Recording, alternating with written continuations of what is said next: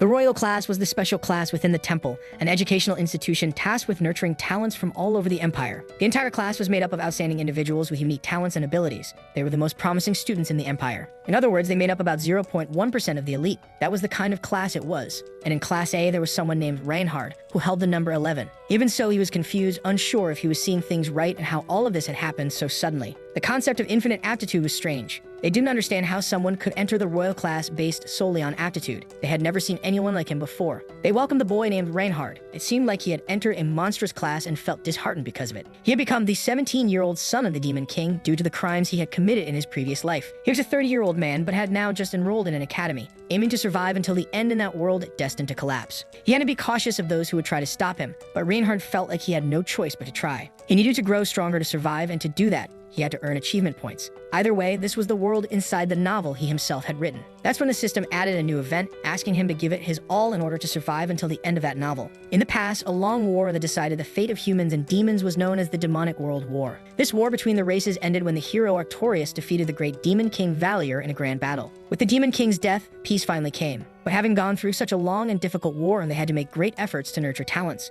and also to find the heroes of the next generation. Thus, the Academy for Talented People across the Empire was founded. This institution was called the Special Educational Temple. The royal class was a special class composed of great talents within a school already full of gifted individuals. In this class, there was Ludwig, a boy who was fair and hot-tempered but always ranked last. It was a fantasy action novel set inside the temple and could currently be read on Kakao page. But the comments always said it was a bad story. Readers were patient but eventually started dropping it and telling the author to stop. They judged it as boring and childish. All the girls in the novel seemed blind, and readers wondered how they kept falling for such a dumb protagonist. They claimed the author didn't know how to write. It was obvious he wasn't following any basic storyline, and some even wanted to rewrite it themselves. While the author read those hate comments on his novel, he ended up dying from high blood pressure due to stress. Later, an agent from the Soul Management Department of Hell, the Reaper Kim, declared it had been a spontaneous cardiac arrest caused by hypertension. Therefore, now that he had just died, he had to review the documents once Kim finished confirming his status. The protagonist didn't know if it was a joke or not. He had literally died because his blood pressure spiked while reading hate comments on his own work. Sighing, Kim asked how many times she would have to explain.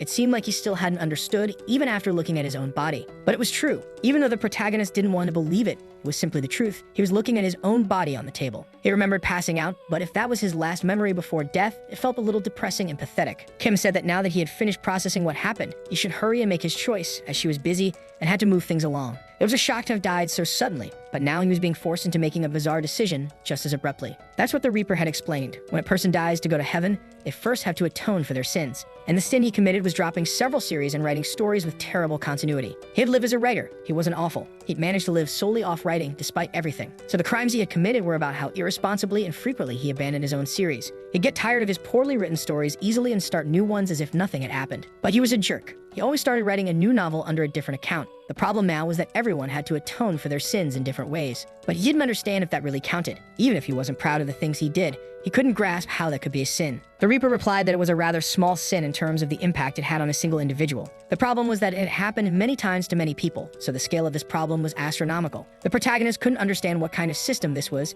It seemed that this irresponsible writer needed to atone for his sins. To do so, he would have to choose one of his completed novels to be placed into at random, becoming one of its many characters. And then he'd have to survive until the end. The moment this situation was presented, the protagonist immediately felt like it was a real-life isekai. He wanted to scream, but Kim smiled because it was hilarious when someone got a one-way ticket straight to hell. Besides, this was his own novel, so he could know the whole story without needing to worry too much. It actually felt more like a reward than a punishment, and the protagonist responded that it really depended on the novel. No matter how much he thought about it, all the novels he had written so far had no happy endings whatsoever. In the list of his completed works, there was first The City of the Dead. It was a zombie apocalypse, so he could bet he'd end up zombie food in no time within that universe. The second was Surviving in a Ruined World, a post-apocalyptic survival story. There was no way he'd make it through that, considering he died reading hate comments online. The third was called The Hunter Became a Manager, a modern action story about monster hunters. There was a good chance that instead of becoming a hunter, he'd just be some nobody who got destroyed by a monster without being able to do anything. The fourth option was Somehow the Game Became Reality, but in it, he was just a janitor. The title already said a lot about the story. It was a fantasy dungeon game, and right at the start, 90% of humanity dies during the process the system uses to take over reality. The protagonist simply had no confidence he could survive in any of his completed novels. Among those options, it seemed like only one might be feasible. The Demon King is dead, a slice-of-life school story with a fantasy backdrop. It was a relatively calm story that he wrote after getting tired of only writing intense novels, and for now, it was his best option. Although he ended up dying because of it, being a slice-of-life story set in a school after a war made it a little better. It was the one with the lowest chances of him dying, a novel where the final boss dies right at the beginning and was made to tell what happened afterward. That was definitely the best option, because since it would be random, he didn't even need to be the protagonist to live a decent life. He'd be lucky if he ended up as just one of the students at the school. Even so, he wondered why that novel felt bad. He remembered it was because something happened halfway through, and that's when Kim interrupted, saying that if he took too long, she'd choose for him. She especially liked the City of the Dead, and the protagonist immediately begged for the Demon King is dead. Kim sighed and agreed that they could go with that choice, then wished him good luck, which confused him all of a sudden. She simply clapped her hands and the whole setting changed. But when he saw his own appearance, the protagonist suddenly looked completely different. He was in his room right now and wondered what kind of luxurious room this was, noticing there were also horns on his head. Besides that, he was wearing fancy clothes. It was kind of shocking that he was really inside his own novel. He wished he could talk to the Reaper even if he'd just been thrown in without any explanation. Suddenly, he was caught off guard because a status window appeared in front of his eyes. He couldn't understand what kind of cliché development this was. It said his name was Valier Jr., had standard attributes, and his race was Archdeman. He had no talents and possessed the demon domination skill. The protagonist couldn't understand anything. It seemed like he was a low-level demon king. The novel's title was The Demon King is Dead, and yet he was a demon king. It felt like something had happened that he didn't even expect, but it wasn't even possible. The random character he had become wasn't so random after all. Suddenly, he heard a loud noise and a huge explosion occurred, sending Valier flying far away. It was a massive shock that an explosion had happened right before his eyes, and the system began a prologue event called Destruction. The defeat of the demon army was imminent, and he had no power at all, but he had to give it his all in order to survive. Valier's mission was to escape from the Demon King's castle, and if he could manage that, he would earn a total of 100 points. After that scene, out of nowhere, a body appeared in front of the protagonist, and he noticed that several monsters were dying around him. To summarize the events, he ended up inside the novel. The Demon King was dead exactly as planned, and as a result of the random character selection, he arrived in this place. Right in the middle of the collapsing demon realm, as a character who had never even appeared in the novel, 17 years old and with no combat skills. He ended up becoming the son of the Demon King, the same Demon King who was killed at the beginning of the story. It was Valier Jr., the prince of the crumbling Demon Kingdom. Valier ran as the castle collapsed, calling that damned Reaper a huge scammer for deceiving him. Even though Kim had said he would become a random character inside the novel and might even get a reward for it, he still didn't understand why he had to be the Demon King's son, and the reason why the castle was collapsing was pretty obvious. The Demon King and the hero were in the middle of their final battle. That was the prologue scene he had written himself in a novel called The Demon King is Dead. In the novel, both the Demon King and the hero died, and the war ended with the human's victory. And now he was the Demon Prince Valier, which meant that the moment he got captured, he would certainly be killed. While running, he paused for a moment because he needed to think about it and wondered how he could survive in such a horrifying situation. There had been a system window next to him for a while now, something he had never added in his novel. But according to the cliché status screen of that world, he was now Valier Jr. and had those attributes available. The protagonist didn't know the exact standard, but there was no way he could consider the available stats to be high. Being the final boss as the Demon King would have been much better. He could have fled or tried to make a deal. Anything would have been better than the current situation. Valier had no special abilities that could help him survive or escape. The only useful thing was the fact that he could understand the language of this world. So his only remaining option now was to escape. He hoped he could find something useful inside the storage room he reached.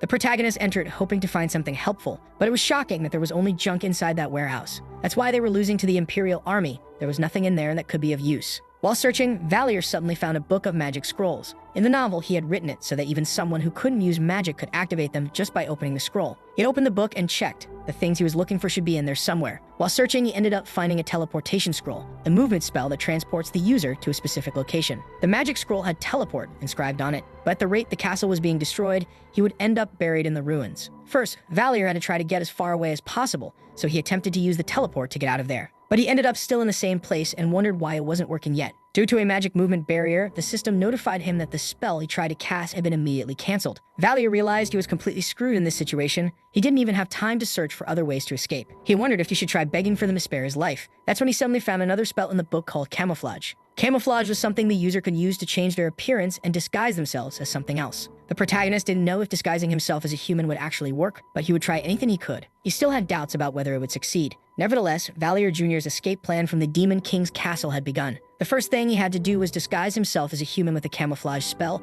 infiltrate the human prison, and be rescued by the Imperial Army along with the other prisoners. Later on, he could find an opportunity to escape, and his survival mission would be a great success. The best way for Valier to survive in this situation was to be rescued by the Imperial Army, so he entered the prison cells after using the disguise spell. However, he didn't understand why it was so quiet inside. He wondered if he had entered the wrong place. That was when he stopped and noticed a horrible smell. It was the smell of blood, and he felt like he had just stepped on something while walking. That's when he realized it was his severed hand, and he fell back screaming. He had come into contact with a dead person's blood. The protagonist froze at the sight of that horrific scene. For some reason, all the prisoners were dead. He had never written anything like this in his novel. It was supposed to be a simple romantic comedy, and he wondered if he should just run away again. But Valier didn't even know what he could do after escaping. He had to do something. That's when he noticed someone was there. It had to be a survivor. A bit nervous, the protagonist approached and asked if the person was okay. He realized it was a girl sitting beside someone lying on the ground. It looked like the girl was a child who was terrified and shrank back when she saw the protagonist approaching. He apologized for scaring her, saying it was because they were prisoners, and asked if she was all right. He sighed in relief seeing that she seemed unharmed, but it looked like the person lying beside her was likely a relative. So he told her not to worry, he would be rescued soon,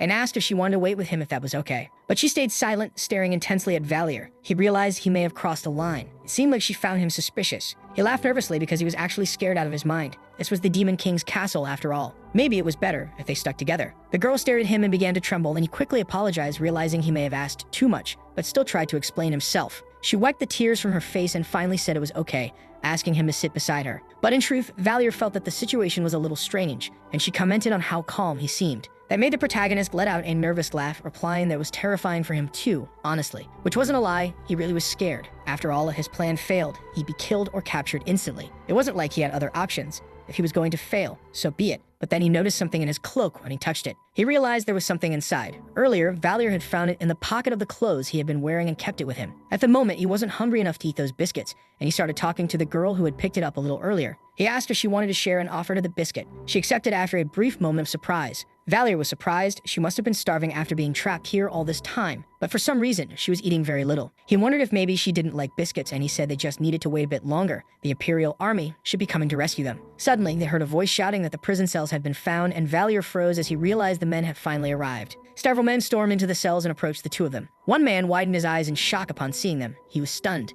Valier didn't understand why they were reacting like that just because they had found some prisoners. Their reactions were a bit strange. Then the man knelt down, begging for Her Imperial Majesty to punish him for not arriving sooner to save her life. The protagonist turned around, shocked, as he realized that the old man had just bowed to the girl and called her Her Imperial Majesty. That girl was the first imperial princess of the Guardias Empire, Charlotte de Guardias, and she had been placed there in the cells. In the end, the protagonist's mission to survive was a success, and he had completed the prologue, receiving 100 achievement points. Later, at the military base of the Imperial Army, several soldiers were injured. Fortunately, being rescued alongside Princess Charlotte, who had been with him, turned out to be a good thing. But the situation was tricky. Charlotte began eating a whole plate of food, and he had been rescued by a nobleman alongside the princess, who happened to be with him. But in the end, he was still a demon deceiving others with a low-ranked spell called camouflage. If, by any chance, the princess's mage claimed they might have been cursed by demonic magic and used Dispel on them, that would be the end. Moreover, Charlotte had asked her men to take care of Valier first because he was her savior. The princess was taking care of him far too well. In short, they were paying way too much attention to him for him to sneak away unnoticed.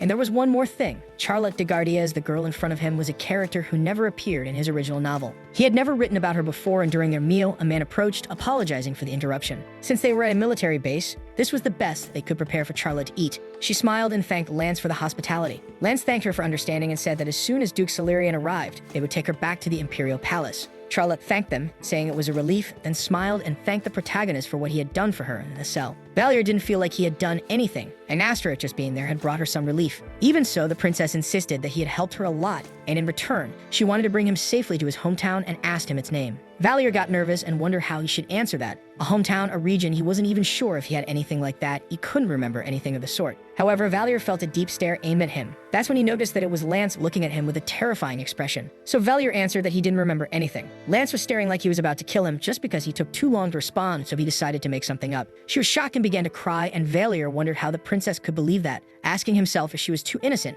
or just an idiot. To say something like that, Charlotte imagined that he must have gone through many hardships while imprisoned, making Valier sigh in relief because she was so naive. Wiping her tears, Charlotte declared that he no longer needed to worry about it. She swore in her name that she would help him recover his memories. He bowed and thanked the princess, and Lance was surprised that Charlotte had made such a promise. But she was determined to keep it. She couldn't go back on her word and asked if they planned to let her become a liar. Lance stammered in denial, and even though Valier felt like a liar, he was grateful for her intentions, even if it was impossible to keep that promise. That was because Charlotte would die. In the original novel, there was no description of the Demon King's castle prison conditions. A backstory he didn't know must have been automatically generated for the structure and realism of this world. If the princess's existence was one of those elements of realism, then Valier couldn't predict her future. He had never written her story to begin with. But knowing Bertus, the prince he had written, he would never let competitors live if they stood in his way to the throne. That innocent girl probably didn't even know her own fate. Even her life was on the line, and Valier wondered what he could do for her being so weak. In truth, the princess dying and him escaping the danger would be more fitting, but he would become a real bastard for that. The protagonist wondered what kind of thoughts those were. A child's life was at risk right now. He wished he could tell her that her life was in danger. If he could push her away by doing that, she might be able to help if something unexpected happened. Sighing, Charlotte said she felt indigestion from eating too much and asked Lance to call a doctor for her. Lance stammered that he still had to ensure her safety, but the princess asked if there was any reason to be in danger now that the Demon King was dead. Finally, Lance agreed with her and decided to leave to call a doctor, which made her thank him for his concern. Then Charlotte turned serious and began with an apology, which left Valier completely confused. She looked like a completely different person now, especially because Charlotte stated that it was her fault he was going to die. She couldn't share details about the imperial family, but there was a high probability that she would be assassinated in the near future if things continued like this. The one responsible would be her half-brother, Bertus de Gardias. Most people on this base were probably his allies, and the fact they were keeping her there without letting her leave meant they had no intention of sending a message saying she had been rescued. Thinking back, Valier realized that Charlotte had been covered in a thick cloak when she was rescued. People likely didn't know there had been any survivors among the prisoners in the Demon King's castle. She knew they were probably waiting for orders to get rid of her quickly. They might poison her and claim they found her dead in the Demon King's castle. If Charlotte died like that, they wouldn't let the protagonist escape. He would be quietly killed to eliminate the evidence along with her. Valier stammered, asking if they should try asking the knights for help, but she replied that it would be useless. There was no one she could trust, and the protagonist wondered if that included Lance too. It was a complete checkmate. However, Charlotte assured him he didn't need to worry. After all, she had sworn on her name that she would help him recover his memories. Then she said they needed to escape from there. She intended to draw their attention, and Valier felt that they really didn't have much time. The protagonist ended up agreeing with her idea and ran off to carry out the plan. Even so, he suddenly received a major task from the princess, and Valier was surprised to find out she actually planned to escape. Charlotte said there was only one way to get out of there alive, and he asked how that could be possible. She replied that they had to bring Sir Francis there, and Valier asked who exactly that was. She apologized, realizing she should have explained more. Charlotte asked if the protagonist remembered the knight who saved them from the Demon King's castle earlier. Valier realized she meant that scary guy from before, and she explained that William Francos was one of the few people from the neutral faction. He was loyal only to the imperial family itself, and Valier understood that he must be someone trustworthy. If he had been on the prince's side, then both of them would have been dead in the Demon King's castle from the start. But Francis saved them anyway, which meant he was an excellent knight with strong loyalty to the imperial family. Valier thought that if someone truly neutral supported Charlotte, then he might have a chance to survive as well. With that, the protagonist decided to follow her words, and the princess thanked him for believing in her, since now they could return safely together. Then she suggested they could escape even with a tight security, and he asked how they were supposed to do that. She began explaining the plan. First, she would become the decoy, and Valier was worried because that sounded dangerous. She said it was, but she'd be fine at least until someone arrived who could decide her fate, so he had to hurry. Charlotte held his hand since they didn't have much time, and Valier could feel her hands trembling. Given the situation, he agreed. He had no choice but to cooperate with the imperial princess, and so she walked out of the tent in front of the guards. They told her it was dangerous and that she should stay inside the tent, but Charlotte said she wanted to see the barracks. That was a bit troublesome for them, but the princess insisted. She was the imperial princess and wanted to see the barracks. They had no authority to stop her. They kept insisting they couldn't allow it. Their duty as knights was to keep her safe, but Charlotte kept buying time. Valier managed to slip out of the tent unnoticed, but he wondered where Francis had gone while searching around the base. Suddenly, a man approached and asked what he was doing. The protagonist replied that he wanted to speak with Francis. The knight said that Francis had just left for the Demon King's castle and asked what business Valier had with him. Valier froze when he heard that. The plan was ruined now that Francis had gone that far away. The man explained that it was something Lance had requested. So Francis had gone to take care of the remnants at the Demon King's castle, and the protagonist immediately understood Lance's intentions. He was the knight on the princess's side. It was possible he had foreseen the plan and made his move first. So now there was only one option left. The knight asked again what Valier wanted with Francis. If he didn't answer, he reported him, and the protagonist stammered because it was an emergency, catching the man off guard. He stuttered, explaining that Francis was in danger. Valier wasn't going to let this man stop him over something like that. The knight exclaimed that they had to rescue Francis immediately, or at least that's what Valier hoped he would say. Instead, the man asked what the protagonist was talking about. Valier thought it would be too convenient if he believed him just like Charlotte had. Slowly, Valier answered that he didn't know all the details, but something involving Francis and her Imperial Highness was happening. For the safety of Charlotte and Francis, they had to bring him back right away, though clearly someone like him had no reason to be trusted. But the man said he believed Valier, which shocked him, and added that he was saying he believed in a nobody like him. The protagonist stammered, asking if he'd really do that. He knew he shouldn't be saying this, especially since he hadn't given any reason to be trusted. The knight laughed, saying it was true, but if he had to give a reason, maybe it was because Valier was so desperate that any stranger could see it. Valier got nervous hearing that, but the man said he understood. Part of it was just intuition, telling him it was true. He also thought Francis might have predicted something like this. When he told them to stay on alert, he said someone might show up. Valier was surprised and wondered if Francis had known about this the entire time. He had always known what could happen to the princess. Even so, the protagonist questioned why he had left and gone to the Demon King's castle. Instead, he should have stayed by her side to protect her. The knight then said they should get going and asked if he had ever ridden a horse before. Valier replied that he had never ridden a horse, but the man answered there was nothing to worry about. His steed was excellent. With that, he turned around and asked him to follow. They could leave once he found his course. Valier had no choice but to ask Francis directly. The man finally introduced himself as Dyrus, and the two walked off, unaware that Lance was secretly watching everything. Dyrus rode with Valier on his course, and on the way, he saw a demon being thrown into a cage by other men. The protagonist wondered why there were other demons, so Valier asked Dyrus about it while they continued riding. He asked why there were demons by the roadside, and Dyrus replied that they were prisoners. After all, there had been a battle there. If they had been captured, they were either defeated soldiers or non-combatants. All of them were being imprisoned. They were still investigating the areas around the Demon King's castle, and once they returned to headquarters, all of them would be executed. So there was no need to worry, and Valier replied that he understood, realizing that if he had turned himself in, this would have happened to him too. Soon, they were nearly there and would be getting off the horse. It didn't take long before a few other knights noticed them approaching. One of them asked who the two were, and Dyrus greeted them by introducing himself as the leader of the 3rd platoon of the 11th squad of the 4th regiment of knights from the 1st corps. The knight asked what had brought Dyrus there, and he replied that Valier had something important to say to Francis, and so he had brought him. Since it was a confidential matter, he brought him to speak with Francis directly. The knight grew nervous upon hearing that. After all, they had just received a report saying that Francis had died in battle against the remaining demons. Valier froze, shocked by what he had just heard, and they murmured that it was truly a shame that he had been lost. If that were the case, there was no one left who would stand by the princess now. The knight asked if the message was something he should know. Valier denied it, saying it was a personal matter to discuss with Francis, and the man turned them away, saying this wasn't a place for outsiders if that was the case. Dyrus thanked him, but Valier began to panic. He realized things had been going far too well and now understood the reason why. Francis being killed by rebellious demons was clearly a lie. Bertus wanted to end Charlotte's life. He wanted to cover up the fact that she had survived the Demon King's castle, so just as Charlotte had said, he would want to erase all possible evidence, even if it meant killing everyone who knew she was still alive, and that would include Francis as well. Therefore, Francis had been taken to the Demon King's castle and assassinated. Valier worried about what was coming for Charlotte, but didn't want to give up. He needed to think about what to do now. That's when Dyrus told him that this time he needed to tell the whole truth. The real reason he had said Francis was in danger, and the princess as well, made the protagonist fall silent, hesitating. He wondered if he could trust Dyrus. According to Charlotte, most of the military was on Prince Bertus's side, so he didn't know if Bertus's influence had already reached a lower-ranking officer like Dyrus, but he had no one else to trust. After that, Valier ended up confessing the truth from when he was imprisoned with the princess and how Francis had saved them. Dyrus reflected on what he heard, responding that if things were really as Valier said, then Francis had been killed by knights rather than in battle against demons. Valier agreed. He believed there was a high chance that was what had happened. Dyrus then asked if he intended to save the princess. If that was the case, then it was all right. Dyrus declared that he also intended to save the princess's life, and Valier was quite surprised. The man said he was part of Francis' group, so it made sense that he would join forces and trust the protagonist to keep Charlotte safe.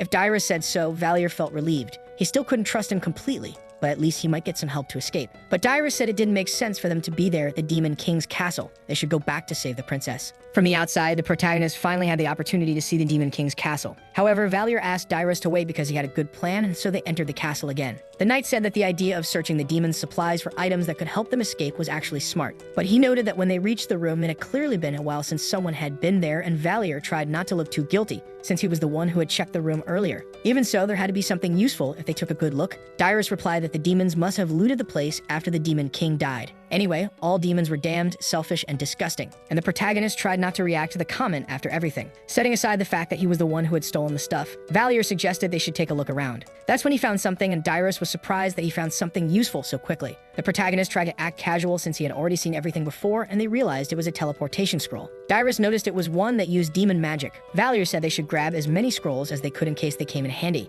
He also laughed, pretending it was just coincidence, as he found a book full of scrolls. If they put them there, it'd be easier to grab them when needed. Dyrus thought about how she had heard Valier was a prisoner, but even so, she wondered how he knew where the scrolls were. Soon, they managed to gather everything, and Dyrus said they should hurry back in time. She asked if Valier could remember the way they came, and while the protagonist was pointing it out, suddenly the knight told him to be quiet and led him in another direction. Valier was confused, but then Dyrus whispered that there were others nearby. Knights had entered the supply room. They were talking among themselves, saying they saw the other two entering the castle. Rats hiding inside the Demon King's castle. These were knights of the Silurian Duchy. Dyrus whispered that things were really getting complicated. That was Bertus's maternal family and one of the strongest noble families in the Empire. They wanted to put Bertus on the throne. Because of that, most knights from the Silurian Duchy weren't common-born knights. In fact, all of them were high-ranking knights with noble status. That's how the protagonist had written it. Bertus killing Francis for not obeying him was likely part of all this too. If they tried to escape in that spacious castle, it would become a problem. The knights didn't think they needed to worry, since they'd find the two hiding soon enough. Valier wondered if they really would find them so quickly, and how that was even possible. Then one knight's eye began to glow. The man confirmed their location, stating they were behind a stone statue. You could even hear their breathing from there. Valier was shocked that they could even be heard, and the men raised their voices, saying they knew they were hiding. One of them drew his sword and said it'd be better if they just came out obediently. And so, Valier and Dyrus emerged from hiding with no other choice. The knight muttered that the princess was truly pitiful, dragging innocent people to die with her. Dyrus shouted that he was a bastard, asking if he couldn't even see how disgraceful he was trying to kill the princess. But to the man, it didn't matter what some unknown brat like him said. He didn't feel good about killing a young civilian, but it was all for the sake of the Empire's future, and Dyrus told the protagonist to stay back. Valier grew tense. He had gone through so much just to escape the Demon King's castle, and now that he was back, it seemed like he was going to die. To die again like this, it hadn't even been a full day since he lost his life due to high blood pressure. Suddenly, the protagonist turned and noticed there was a gargoyle statue beside him. In manga and games, they started moving at moments like this. And that was exactly what happened. The soldiers froze as the gargoyle suddenly started moving. The commander of the knights was defeated by the gargoyle as it suddenly lunged at them. Valier wondered how that happened. He had only thought that maybe it could move, but he didn't understand what triggered it.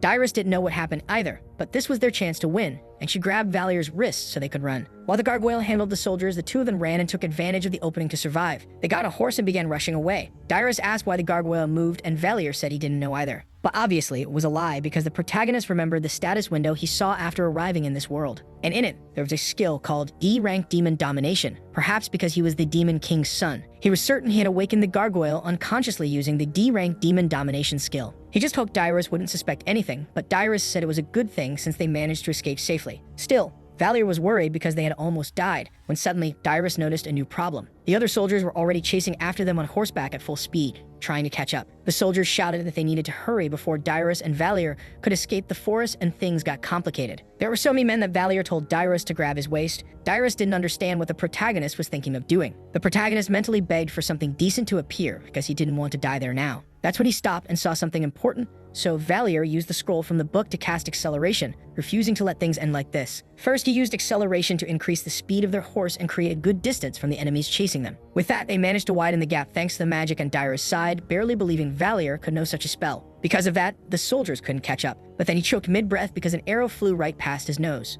Now they were using the distance to shoot at them while they were running. Dyrus said they weren't going to go easy on them. Valier needed to use something better to deal with Silurian's knights, so the protagonist chose something that caught Dyrus off guard. He said that spell wouldn't work on knights trained in galloping. He thought it was completely useless. Valier knew that well. It was because of the traits he himself had written for them. It would have been ridiculous for knights to die from just one spell. He had written a galloping class at the temple, so Valier had no intention of using that spell on the knights. He couldn't believe that a trait he had given to his characters was now causing such a huge problem for him. Instead, the protagonist used an illusion spell on the horses. Fortunately, only the knights were trained against illusions, not their mounts. The soldiers couldn't understand why their horses had suddenly stopped running. And it wasn't just the horses themselves. Valier was glad to see that it worked, because the horses were struggling to move and start running again. Next was the charm spell. He kept using different spells against the horses to make them stop chasing them. He only had 2 spells left, but when he looked for the mind control one, he realized the race was over. Dyrus said their horse was exhausted. At that pace, Silurian's knights would catch up to them soon. Valier wondered what he should do. That's when he saw something ahead of them, imprisoned demons nearby. They had been captured after the Demon King's army was defeated, but then he felt a strange sensation. It was the same as when he had moved the gargoyle, and within seconds, one of the demons broke the chains that were restraining them. Dyrus was shocked, wondering what was wrong with that orc since it was running toward them, worried they were about to die. But the orc ran right past them and charged toward the men who were still chasing them. The soldiers wondered how the prisoners managed to escape when there were supposed to be guards watching them. But it didn't take long before the orc started killing the soldiers.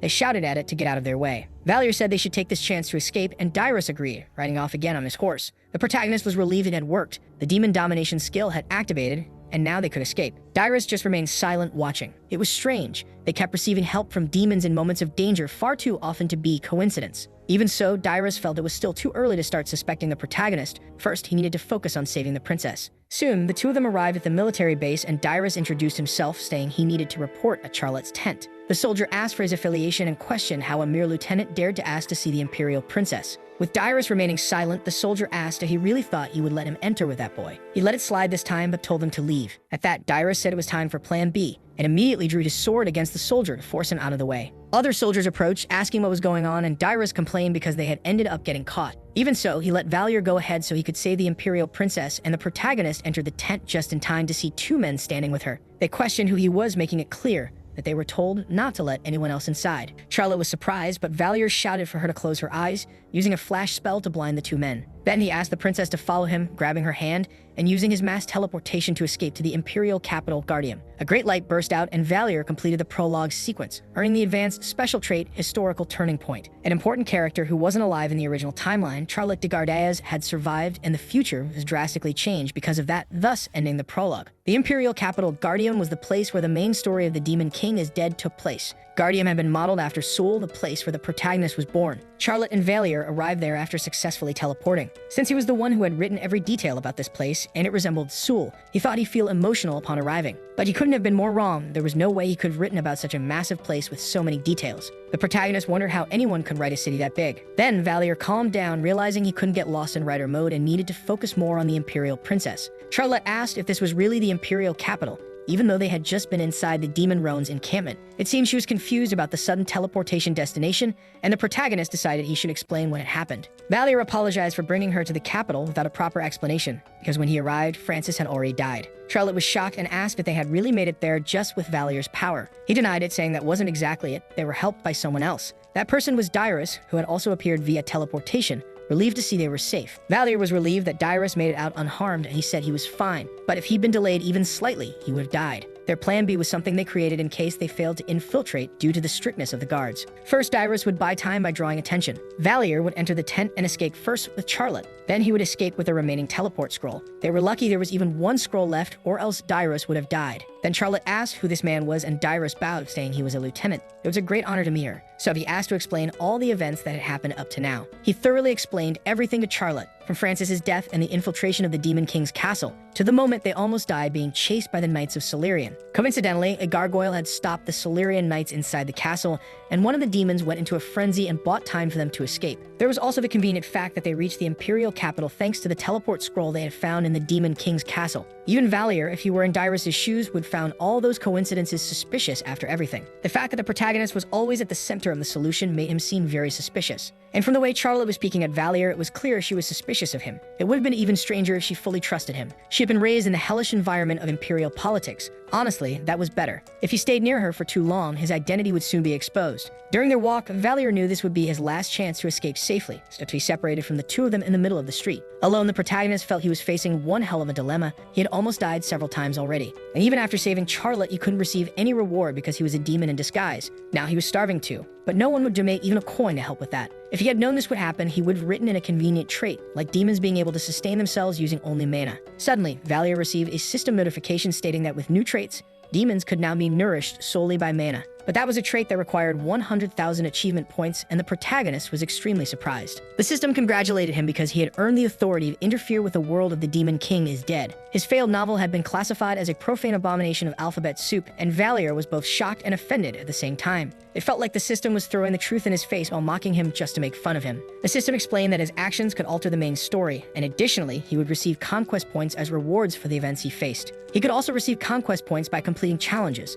so he could check the list of active challenges, which would be updated periodically. The system displayed all the challenges. It started with slapping the Emperor on the cheek, which offered 10,000 points. Another was getting imprisoned in Guardium's jail, which gave 1,200 points. He could then escape from prison for 2,000 points. Then he could pickpocket a knight without getting caught for 100 points, or buy a 100 square meters house using only money from begging for 1,000 points. The list was so random that Valier wondered what kind of bizarre and difficult missions these were supposed to be. As a reward for completing the prologue, the special ability to use conquest points was unlocked. The system showed the point spending options. He could use revision to change world traits, give himself talents, or alter elements of the story. There was also preview, which could be used to check how his actions, decisions, or use of revision had altered the timeline. He also received a warning that interfering with major events or with main characters might be impossible, or might require a large amount of points. Using the ability in a way that might cause a trait collapse could make it fail to activate. If he wasn't aware of a potential trait collapse and tried to use the ability, there would be a penalty. Valier felt it was getting too complicated as the system went on to explain that traits, once added or pre-existing,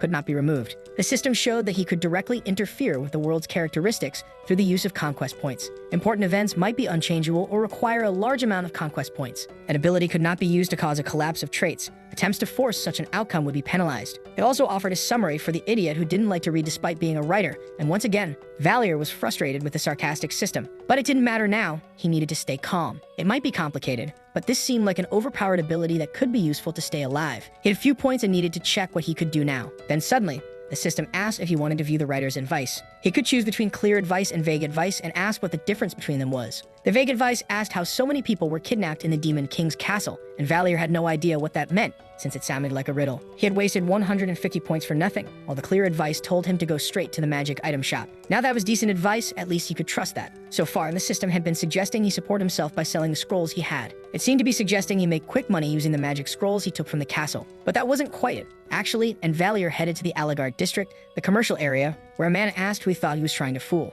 Another laughed after seeing the pages of the scroll he offered. It was the first time he saw someone trying a scam like that. Someone else said that if he had that kind of artistic skill, he should go to an art academy instead of wasting time with this. All the vendors thought he was just some crazy kid trying to scam them with fake scrolls. That was strange. The system had told him to go to a magic item shop, but apparently, it wasn't so he could sell the scrolls. Valier arrived at a fourth store to try selling a magic scroll, now even hungrier after walking so much. He just wanted to sell it already, and the man asked back if he could perfectly copy that scroll. The protagonist was confused. Judging by the fire symbol, it looked like a fireball scroll. The vendor said he had good drawing skills. Maybe they could split the profits 50-50. Now Valier understood what he was talking about. The man said that if he could bring a copy of it by the next day, he could pay 5 silver coins and even laughed at him. It was obvious the vendor thought the scroll was fake, but Valier agreed to try copying it anyway. Still, 5 silver coins was nothing. He would just try to resell it to someone else instead. He wasn't confident in his drawing skills and wondered what would happen if the buyer tried to use it in an emergency. He didn't want any more guilt on his conscience, but it was strange that people couldn't recognize the scrolls he had taken from the castle. If they couldn't recognize them, Valier could only sell the fireball scroll and end it there, even without expecting much. He visited the shop and walked in, asking if anyone was there, but there was no one sitting at the counter to greet him. The shop was a complete mess. It looked like they weren't even open, and Valier didn't notice someone approaching from behind. Soon he turned around and saw a woman smiling at him, asking if he was a customer, what brought him there, whether he needed a scroll or a potion. He replied that he came to sell a scroll, and she smiled, saying it was mean to play tricks like that on adults. Valier grew tense under her gaze. The girl said she normally didn't buy scrolls, but she couldn't let him walk around with something dangerous, offering 2 gold coins in exchange. That's when she paused and asked him to tell the truth, and Valier didn't understand what she meant. Until she asked where he got that scroll, it was a magical formula used only by demons. The protagonist froze, realizing she was pressing him even more, demanding to know why he had it. The magic itself existed, he knew that, but how it existed was something even the protagonist couldn't explain. How the spell was activated and the casting method were details he hadn't specifically configured in that novel. So there shouldn't have been a way to distinguish a human magical formula from a demonic one just by looking at it like that. Since the other merchants weren't mages and knew nothing about demonic magic, they just assumed it was a faulty version. But the woman in front of him had realized the truth and was demanding that Valier answer her questions properly. She kept pressing, asking where he had obtained that scroll, and the protagonist found himself completely cornered. For some reason, the woman was so obsessively persistent that he didn't even know how to respond anymore. So he whispered toward the notification window, asking if it could make the girl ignore the scroll now. And the notification said the setting would cost 3,000 points. He muttered under his breath that the notification was completely useless. The woman asked what he was doing talking to himself, and Valier wondered if he really needed to tell her everything. So slowly, he began to try to answer, saying he had gotten it from the Demon King's castle. She shouted, asking if he thought that was a valid excuse, demanding the full truth before she hit him. Valier gestured for her to wait, saying he was going to tell everything as it happened, and then he explained a bit of the situation to her. But the girl felt he was lying. If he had rescued the Imperial Princess, he should receive an extraordinary reward or an amazing title. Valier said he wasn't lying. There had been a confrontation with the Knights of the Silurian Duchy during the escape. The Imperial Prince Bertus might even try to kill him, and she hesitated, feeling like the story seemed a bit too made up. The protagonist sighed. His acting had been flawless. After all, she was a specialist at making up ridiculous stories. Then she smiled and asked if, in the end, the Demon King was dead, whether it was him or the Imperial Princess. It must have been hard for the two of them suffering under him.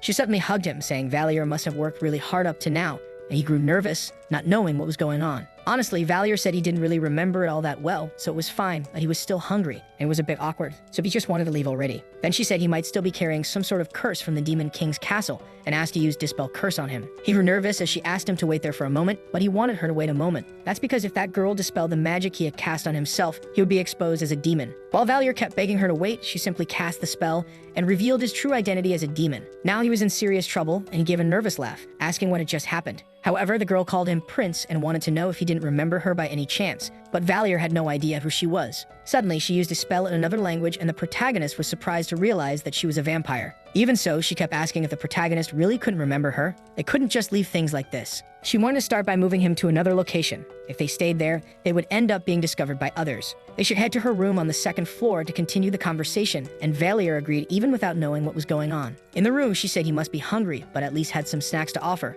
and he thanked her for the offer. The girl continued speaking formally with him and yet ended up being casual even after everything. Then, she apologized for repeating herself, but it really did seem like Valier had lost all of his memories. He replied that aside from the fact that he was a demon prince, he couldn't remember anything else that had happened. And she said that was a good thing. The fact that he had brought that dangerous scroll to her, among so many others, was incredibly lucky. So she bowed to properly introduce herself, saying she was a member of the infiltration squad and guardian from the Demon King's army. She was Tuesday Elleris. Elleris declared that she would begin serving him from now on, and Valier wondered if he had set any of this up beforehand. He thought it was all new. Valier had been wondering earlier and asked why a vampire would live in such a sunny place with so many people. Smiling, Elleris said she had to live in a lot that included a shop to save on rent, so she didn't really have a choice. Valier felt sorry for her, but Elleris said there was something else he needed to know. There were more demons there than in the Imperial capital. Now that the protagonist stopped to think about it, she had mentioned before that there was an infiltration squad. One member was active under the false identity of Count Argon Pontius. He was Sarkabar, a doppelganger. Another member had a residence near the Bronze Gate by the Iron River, a werewolf, a demon known as the Mad Dog of Irene. He was the demon who personally kidnapped the Imperial Princess. Sarkar was exceptional at transformation magic. Using his face-changing arts, he was able to infiltrate the human world with ease, and Valier realized that he was the one who kidnapped Charlotte. It was better to be very careful around that person, and the protagonist asked more about the one called Mad Dog. She was a woman who led one of the gangs that ruled the underworld of Guardium. Using her excellence in hand-to-hand combat, she had built her own force in a short time. Valier couldn't understand what was up with this group that was supposed to be an infiltration squad. They seemed more like gangsters. Still, he wondered how the Mad Dog of Irene had managed to form such a huge gang with her at the center. Elleris explained that currently, she was in charge of funding the infiltration squad during this period. At least Valier acknowledged that she was the leader of a major gang, and he asked what the best method to make money would be. Elleris slowly said she made money selling candy to people, and the protagonist choked. They were all just a bunch of criminals in the end. Ultimately, Elleris sighed because Valier had forgotten everything that had happened, but he himself was somewhat frustrated with the situation. Even so, she was relieved because the prince was safe. They could rebuild the demon world. But Valier refused. He had no interest in rebuilding the demon world at all. If they recreated the demon world, what would come next would obviously be another war with the humans. Even though he had only seen the war once, it was horrible enough that he never wanted anything like that again. And in the current situation, simply mobilizing the demons again would be an act of self-destruction. There was nothing they could do. Elleris asked how Valier could say something like that. He should rebuild the demon world as the demon prince for the future of the demon race. But Valier stated that the demon world was over, so he had no intention of becoming king of a nation that didn't even exist. Following that logic, Elleris should also stop acting like a servant of a dead nation, which left her silent. Slowly, she agreed and apologized for taking such a shameful stance. He must be very tired, so he should focus on resting for now. Before Valier could say anything, she simply left the room, and he wondered if he had been too harsh saying those things. Now, Elleris, just for a moment, had looked vaguely happy, but he didn't understand what was going on. Elleris, as a vampire, seemed like some kind of noble of the night. Seeing her like that, Valier felt that she was incredibly beautiful. In the middle of the night, the protagonist called out to her and also asked her not to call him prince anymore, which made Elleris apologize. In truth, he was curious to know what kind of person he used to be, and she was surprised by the sudden question. Stammering, she said that of course he was great, a source of great pride for all demons. But from her reaction, Valier knew something was off. Instead, Valier said he could let that go for now because he intended to sleep. They had agreed to meet the other two members of the infiltration squad the next day. Then he realized that if he slept on the bed, she'd have nowhere to lie down, but it didn't take long before she lay down next to him. It was a sudden development. Elleris hadn't mentioned anything about sharing a bed like this. Since his reincarnation, he thought everything had been awful, but right now it wasn't so bad, and he even celebrated a little for being the Demon King. Dawn came and Valier left with Elleris to begin their infiltration. The capital was extremely noisy. The resurrection of the princess, the soldier's sacrifice, and the death of the demon. Of course, they wouldn't stop shouting in celebration. The war was over. Everyone celebrated in the streets, shouting for the sake of the Empire and the Imperial Princess. Meanwhile, the two turned their backs to the crowd to catch the Mana train. That was from the Alagard district, and they began heading south, moving toward the Bronze Gate. Thanks to making the character an opportunist, they didn't have to walk all the way from Yongsan Station to the express bus terminal to Banpo Hangang Park. Now they had reached the lower part of the Bronze Gate, and Valier had to admit, it was truly a den of beggars. But Elleris said they had no other option. They were going to meet the king of the beggars, and headed near the sewers. Meanwhile, inside the sewers, someone could already sense something approaching as Elleris and Valier walked in. She warned him to be careful, since it was still quite dark, and soon someone stood up, recognizing that Elleris had arrived. The person who appeared was Lawyer, who bowed to the protagonist and greeted the prince, who stammered out a greeting in return. She was a girl, but he figured they'd never said the prince was a guy, so he should have expected something like this.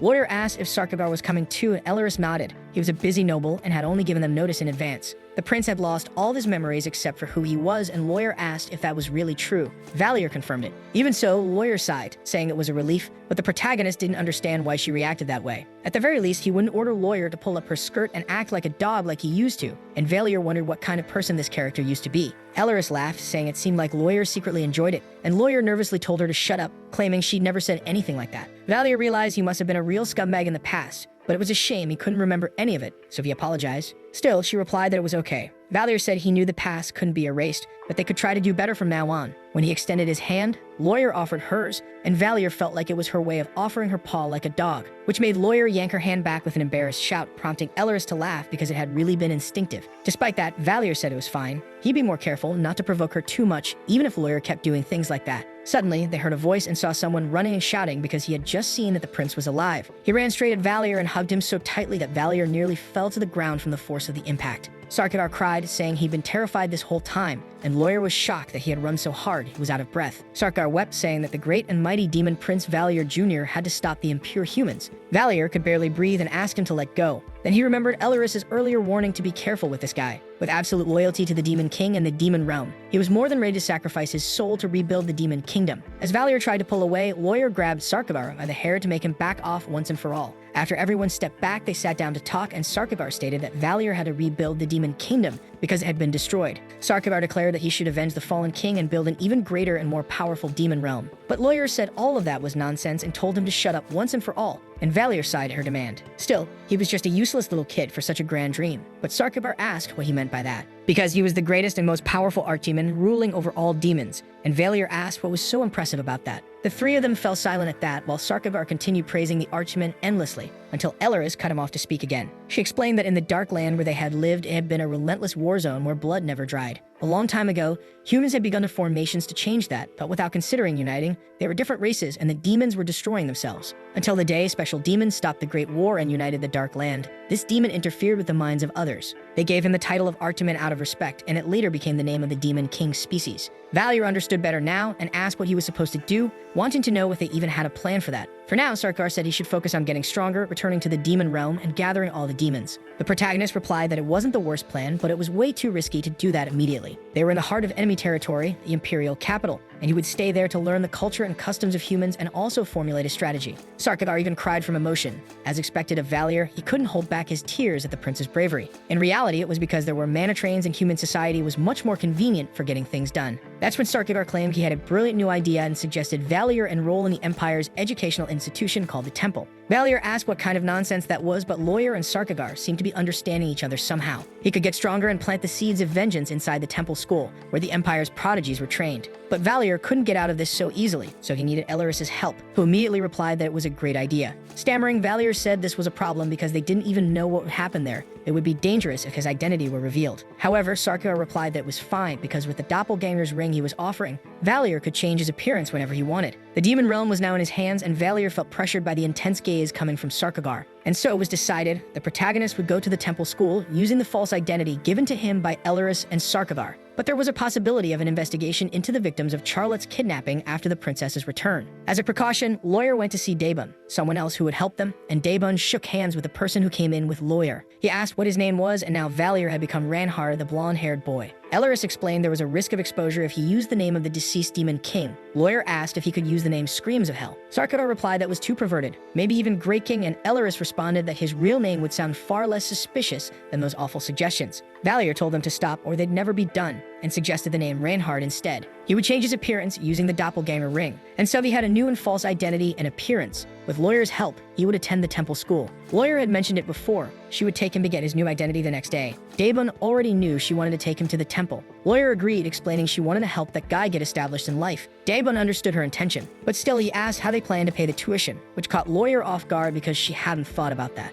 Daebun said that with their current income, they couldn't afford the temple school's tuition under these circumstances. Valier realized he had completely forgotten. It would be impossible for those beggars to afford a year of temple school tuition as they were now. The most prestigious educational center on the continent, that was the Temple School of Guardium, as it was widely known, a place where children of noble families came to study. If the tuition for a year at the temple school were converted into dollars, it would be at least around 100,000. Lawyer sighed. It seemed they couldn't afford it with what they were earning now. If they reduced how much was being paid to the gang, maybe things could be rearranged. Valier wondered how they could even call it a gang budget when all they did was sell candy. He'd have to check into that later. Lawyer had said many times before that if they did that, they'd have to shut down the shop, and Daebun felt there was no other way to resolve this. So, Valier asked them to just pay for 1 semester of tuition, and Lawyer asked if he was thinking of applying for a scholarship or something like that. And he agreed there was something like that. Now that the hero was dead, the Empire would start looking for the 2nd or 3rd hero. So if he became talented, they might cover the tuition. In fact, if someone was very talented, the temple school would pay the tuition regardless. It didn't matter whether they were looking for a hero or not, and even if he was a low-level demon, he was still an archman. Valier said that as long as he trained hard there, he was sure he'd be able to gain at least 1 talent, and Lawyer replied that it was good to have such confidence. If the worst happened, he could always create a talent using his achievement points. Daebun replied that even so, it was still complicated. They couldn't avoid the fact that their funds weren't enough to cover the tuition right now. Besides, people didn't come to the Bronze Gate Bridge as much anymore. That was why their income was steadily declining, and Valier asked if they couldn't just change their way of thinking. Daebun asked if he had another idea in mind. If customers didn't come to them, then maybe they could go to the customers. A place where many people came and went, and somewhere you could escape easily if something went wrong. The Mana Train. If they could sell toys there, the children would cry and throw tantrums to the point where the parents would have no choice but to buy one for them, no matter how defective they were. And Lawyer was impressed. It really was clever, even Daebun agreed. He said Lawyer had a good eye for things and thought Valier had a bright future ahead of him, asking him to make sure he got into the temple school. Valier felt like Lawyer was about to call him a bastard for that. He couldn't let that happen and wondered if he should teach her a lesson. Instead, Valier offered his hand and said they should do their best. It didn't take long before Lawyer acted like a dog again and created that weird and awkward scene. Leaving aside the scene with Lawyer, later that night everyone gathered to drink and enjoy the evening while the protagonist remained in disguise. They talked about how Lawyer praised Valier a lot, and he replied that he was really happy to hear that. Daebun said they should raise a toast in the name of the new family member, the one known as Reinhard. They all toasted to the new addition, amidst all the mess of drinking and throwing up, until the protagonist asked who the gang members he had mentioned earlier were. Daebun laughed and said it was them. Valier thought about it for a moment, but it really didn't make any sense. Lawyer made money through the large organization she built with pure violence, and thanks to that, she was able to sponsor the Infiltration Squad, a magical item shop, and a noble. They were even able to sustain themselves without worry. It was clear to Valier that Lawyer was hiding something. Laughing, Daebun pointed to the intersection up ahead, where there was a roundabout. That was why they were called the Roundabout Gang. The protagonist laughed when he realized they had based it on something like that, but he still intended to figure out what they were really hiding. Leaving the bad name aside, suddenly Lawyer appeared to scold them, asking if they had really given him alcohol like that. Lawyer questioned Daebun, who froze in fear at the sight of her terrifying aura, and asked what he was doing there. Valier felt like it really was a bad moment. He ended up being dragged by the collar by Lawyer straight to the interrogation room. Daebun left Valier in the girl's hands as he was dragged away.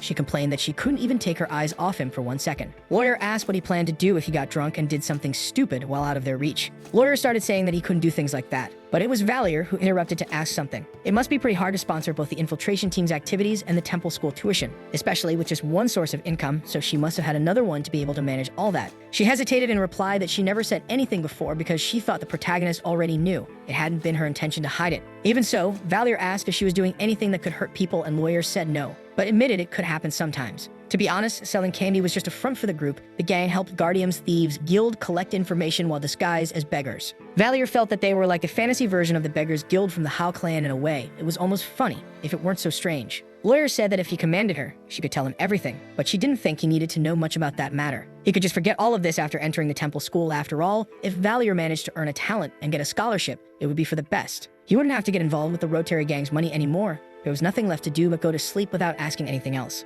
All because Lawyer didn't seem like she was going to say anything more, and the next day, they still had to go to the administrative office of the Imperial capital with Daebun. Getting an ID was even easier than Valier expected. Daebun smiled because he had business there, and obviously it would be easy. So, while they were in the city, Valier noticed the temple school enrollment office. Daebun said that every time he came there, it looked bigger than before. It was impressive because there were still only rich people trying to send their children to the temple school. But that wasn't exactly it. Valier replied that this must be the counseling office. If you took the test there and they confirmed you had exceptional talent, you could enter without paying. Daebun realized that was where they evaluated talents, but Valier still knew they needed to go to the other side, so they headed in another direction. They followed along as numbers were being called, and when their number came up, Valier and Daebun went to the reception. The receptionist asked if they knew that this was the enrollment window, and Daebun got nervous trying to respond. Valier said he was there to pay his tuition and enter the school, and she sighed at his words. There were always people like them who thought they could enter the school for just 1 semester. Valier asked if that wasn't allowed, and the receptionist laughed. Normally, when that happened, that children who entered the school tried to borrow money from other kids. To prevent that kind of situation, they didn't allow students to register with just a semester's worth of tuition. Valier sighed, realizing he hadn't counted on that, and finally said they should leave if that was the case. But Daebun said they could at least take the test. After all, Valier might be a genius or someone with supernatural power. Daebun asked if the test cost money, and the receptionist said that taking the test was still free. Sighing, she ended up agreeing, like it or not, they had come all this way, so they might as well take the test anyway. Still, Valier and Daebun talked. It felt like a waste of time, but Daebun felt it wasn't. They just had to do what they could. Valier felt like he was the one discouraged, and the receptionist told him to place his hand on the detector. That made the protagonist worry about the possibility of them finding out he was an archman due to his demon domination. There was no way that would happen, but just in case, he could use the ring at the exact moment. However, the receptionist was surprised by what was happening with the detector, and Valier grew worried, wondering if he should run away. Daebun asked what was wrong, and she apologized, saying her device seemed to be broken and she would go replace it. Then Daebun joked, asking if maybe something good was hidden inside him, and Valier laughed, saying there was nothing like that. For now, it didn't seem like they had discovered he was a demon. She just said she'd replace the crystal ball. But to begin with, he knew his attributes better than anyone else, and soon she brought out another detector. This one was new. She checked that it was working properly this time, so things would probably go smoothly now. When Valier touched it, again the receptionist looked worried, and Daebun asked what happened, wondering if it broke again. She found the situation odd. She was sure it should have been functioning normally. Then she asked Valier to hold it there for a moment, and he wondered if he had some sort of skill that could break devices or something like that. The woman just remained shocked by what she was seeing. It should have been impossible, because the aptitude it showed was catching her attention. Aptitude was an inferior form of talent. It wasn't enough to call someone a peerless genius. But it could show that someone would achieve good results if they worked hard in that direction over time. Still, even though someone couldn't enter the school just with aptitude, they still told children their aptitude during evaluations as a service. But when she showed Valier the result, even he was surprised. According to the test, he was born with an aptitude for all things in this world. According to the results, the protagonist was capable of using both divine magic and dark magic, something that had never happened before in the Empire. Daebun slapped Valier while laughing when he realized he had been right from the start, relieved to have hit the mark. However, this was a problem because it wasn't what the protagonist wanted, and later even Lawyer was shocked by the so-called infinite aptitude. Daebun praised it as amazing, saying they had a future elite member among them, and she made him shut up with a punch. But infinite aptitude felt to Valier like something the story needed to make sense. He could choose any path he wanted with his achievement points.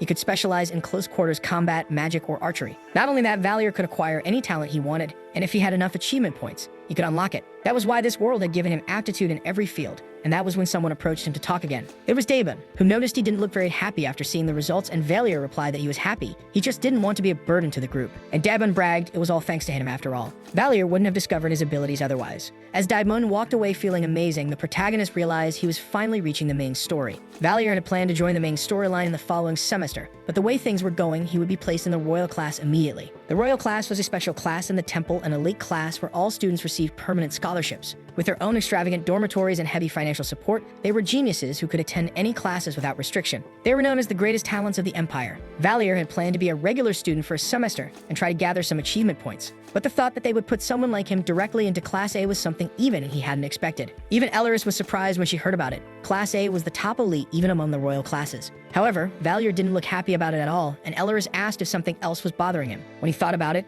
Class A would probably be mocked by the main character very soon. The main character of the novel The Demon King is Dead was Ludwig, a transfer student from Class 1B. Ludwig turns against Class A, which mocked Class B for being inferior, and he befriends his classmates while progressing through his journey. In other words, most of the students in Class A were arrogant and had huge egos after all. Infinite aptitude was something that made Valier happy. It was good to be highly evaluated, but it also made him feel a bit pressured. Elleris reassured him, saying he would still do well and didn't need to worry, and the protagonist smiled at the thought. He could already imagine the villains he would meet in Class A. If something were to happen, he wouldn't survive on aptitude alone. Elleris said they would also do their best to support Valier as much as possible. The temple allowed students to leave campus. Valier asked Elleris why she wanted him to go to the temple so badly, and she hesitated without answering. Then the protagonist said that if he really became as powerful as Sarkavar wanted, changing his mind and starting a war could truly happen. Finally, she replied that she believed if he spent enough time with humans, he might start to love them too. Valier asked if it wasn't something she would regret later, and she said she would deal with those problems when they came. For now, she had prepared some clothes and snapped her fingers, making a suitcase of clothing appear.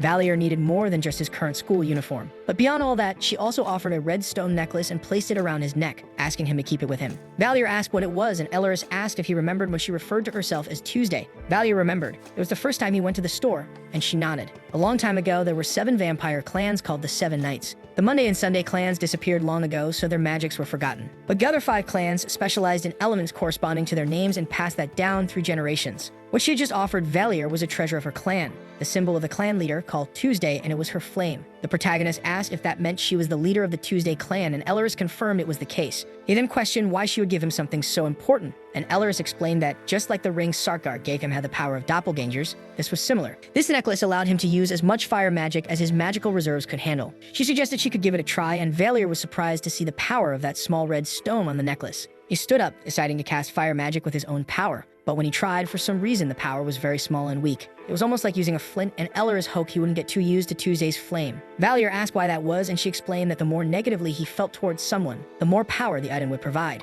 She hoped he now understood why she had given him Tuesday's flame. Valier felt he understood the reason she gave it to him. Even if she didn't want him to hurt anyone, she was also worried about her own safety. With that, he thanked Elleris, promising he'd do his best to keep that in mind and try not to use the necklace until he graduated. Elleris smiled at hearing that, thankful that the prince understood, and Lawyer also offered something to the protagonist. For a moment, he didn't know what it was, but she explained that it was a pouch with money equal to his allowance. It was supposed to be his tuition, but now that he had a scholarship, he could use it however he wanted. Unlike the others, money was all Lawyer had to offer. Valier thanked her, saying he would use the money wisely, and she asked him to have a good night's sleep. Valier got annoyed because Lawyer started telling him to take care of himself so much that he was being treated like a real child. It was only recently that the protagonist remembered a crucial issue about that novel. That story, The Demon King is Dead, was a slice of life, a nice relaxing story he wrote to please fans tired of dark and tragic endings. But he had no talent for wrapping up a happy story. He ran out of material to write very quickly, and the story lost its purpose. So he ended up doing that, and now he wondered if that was the real reason his story ended up flopping again. It was something that happened toward the final parts. In the middle of the story, a portal connected to another world suddenly opened, and thousands of monsters came through. The world would begin to be annihilated, and now he realized he was in serious trouble if things were heading toward that outcome. Knowing that, Valier wondered what he should do. Maybe he could take the chance to run away. He could flee and wait for the end to come. However, he asked himself why he had to suffer for his own stupid decisions. When he thought about escaping, he remembered those who tried to care for him and felt he needed to pull himself together. No matter what happened to the world, he was the one most responsible. He had to take responsibility. He needed to go to the temple and get stronger to earn even more achievement points than he already had. After all, he'd need to use the revision to stop the portal from opening or to fight against all those monsters. Whether it was the destruction of the world or anything else, he had to do something to fix the situation. Time passed, and soon an announcement was made for the new students at the temple, telling them to have their student ID and admission letter ready. The new students of the royal class were expected to be present in the dormitory hall at 1 p.m. Valier was stunned. He only realized it once he had arrived in the capital. To think his lazy descriptions had been materialized like this was impressive. He wondered how much money they had spent on all of it. Inside the building, it was even more impressive than usual, and he wondered how he could find his room in a place so large. As he walked, suddenly a girl approached him to talk. She recognized him as the new student, and Valier greeted her. She introduced herself as Sears Van Owen, the class president of the royal class. Sears knew he was probably looking for his room and asked if she could help, requesting to see his ID. Valier handed it over, and she saw that his name was Ranhard, with no surname, and he was part of Class A. He had been assigned to room A11. She explained that he should head in the other direction toward Class A's hall, and reminded him of the announcement he heard. There would be a welcome party for new students at 1 p.m. Attendance was mandatory, as they would explain the rules the newcomers were expected to follow. Valier thanked her for the help, and Sears moved on to assist other new students. He then went toward where room A11 was located. It didn't take long to find the room, and he used his ID card to access it, just as he had been instructed. He was surprised and wondered if it was some kind of magic too, though these things barely surprised him anymore. What his room was supposed to look like he couldn't remember at all. He didn't usually write down things with such small details. However, he was caught off guard because the room was enormous and luxurious, even bigger than he expected. He wondered if all students got rooms like this. First the imperial capital, then the temple, and now the room. Everything was so fascinating and almost felt terrifying. Suddenly, Valier noticed a wrapped gift package.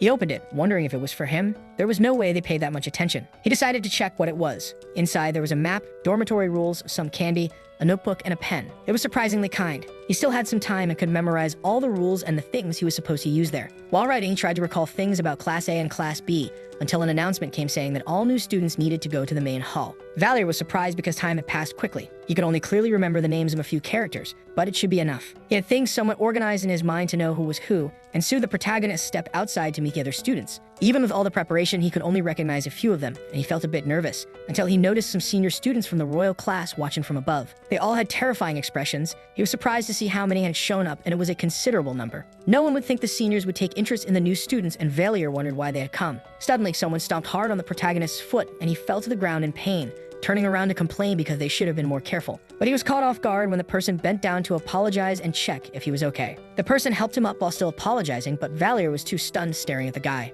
After all, it was Ludwig who introduced himself with a smile, and the protagonist used the name Reinhard to introduce himself too. Ludwig and Valier shook hands, and the protagonist tried not to get too tense while looking at the main character of his own story. Ludwig noted that the welcome party would start soon, and it was upon seeing Ludwig that Valier finally felt, for the first time, like he was inside his own story. Sears announced through the microphone that it was about to begin and asked all new students to take the seats in the center of the hall. Class B was supposed to have 10 students, but he could see 11 now. It seemed they adjusted the numbers because he entered through a special admission. But the thought that Valier would become the last in Class A made him nervous. He could already imagine the students pressuring him, wanting to know if he was the infinite aptitude guy. He was that guy with all the hype, but with a fragile body. People probably wouldn't even believe someone with no visible talent had made it into Class A. He was sure that exact scenario would happen. It was the perfect setup for something like that to unfold. Soon, Series said they should begin introductions, and Valier felt like he'd be better off in B11. The first person to introduce himself to everyone in Class A1 was Bertus de Gardiez, which was a complete shock for the protagonist. He was originally supposed to enroll under a fake identity, but there he was.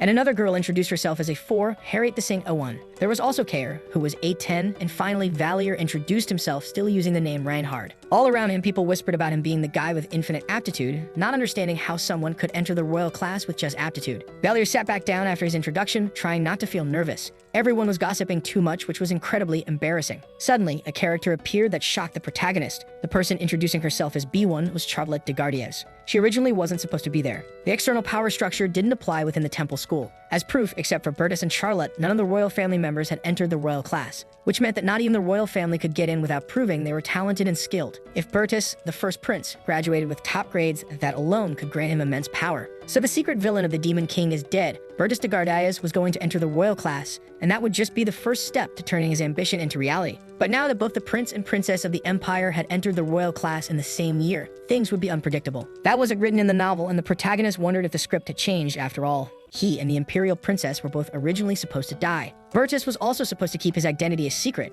but he ended up revealing everything from the start. Just imagining all of that as acting, even though he was the creator of that character, gave him goosebumps just from watching. The original Bertus awakened 3 talents after Duke Solarian invested in him, talents that after thorough research, the Empire deemed absolutely necessary. All of it was so he could reach the Supreme Class, a talent related to combat, magic sensitivity, and mana control. Without one of those 3, it was impossible to become a member of the Supreme Class. With them, Bertus, after fulfilling the necessary conditions, became a sword master. But that couldn't have been different from the novel. The problem was Charlotte de Gardiez, the first princess. It was just Valier's guess, but he believed both princes, Bertus and Charlotte, were in the royal class. But it seems she ended up in B1. Her talent was lower than Bertus's, since she wasn't in Class A. But judging solely by ability, Bertus would never be an A1. It would have been problematic if both princes were in the same class. However, the school faculty thought it would be dangerous for both princes to enter the royal class for the first time. So when everyone finished introducing themselves, they could focus on talking about the royal class rules. Sears explained that in the royal and temple classes, everyone was on the same level. The only difference was which class they were assigned to. Regardless of being a high-ranking noble or a member of the royal family, they were now all equal. Everyone needed to understand that the temple couldn't exist if they started arguing over the power of each family. If anyone still wanted to stir tension with family status in there, Sears warned everyone that they receive a notice from the student council president. If someone accumulated too many warnings, they have a meeting with the faculty, and after that, disciplinary action would follow,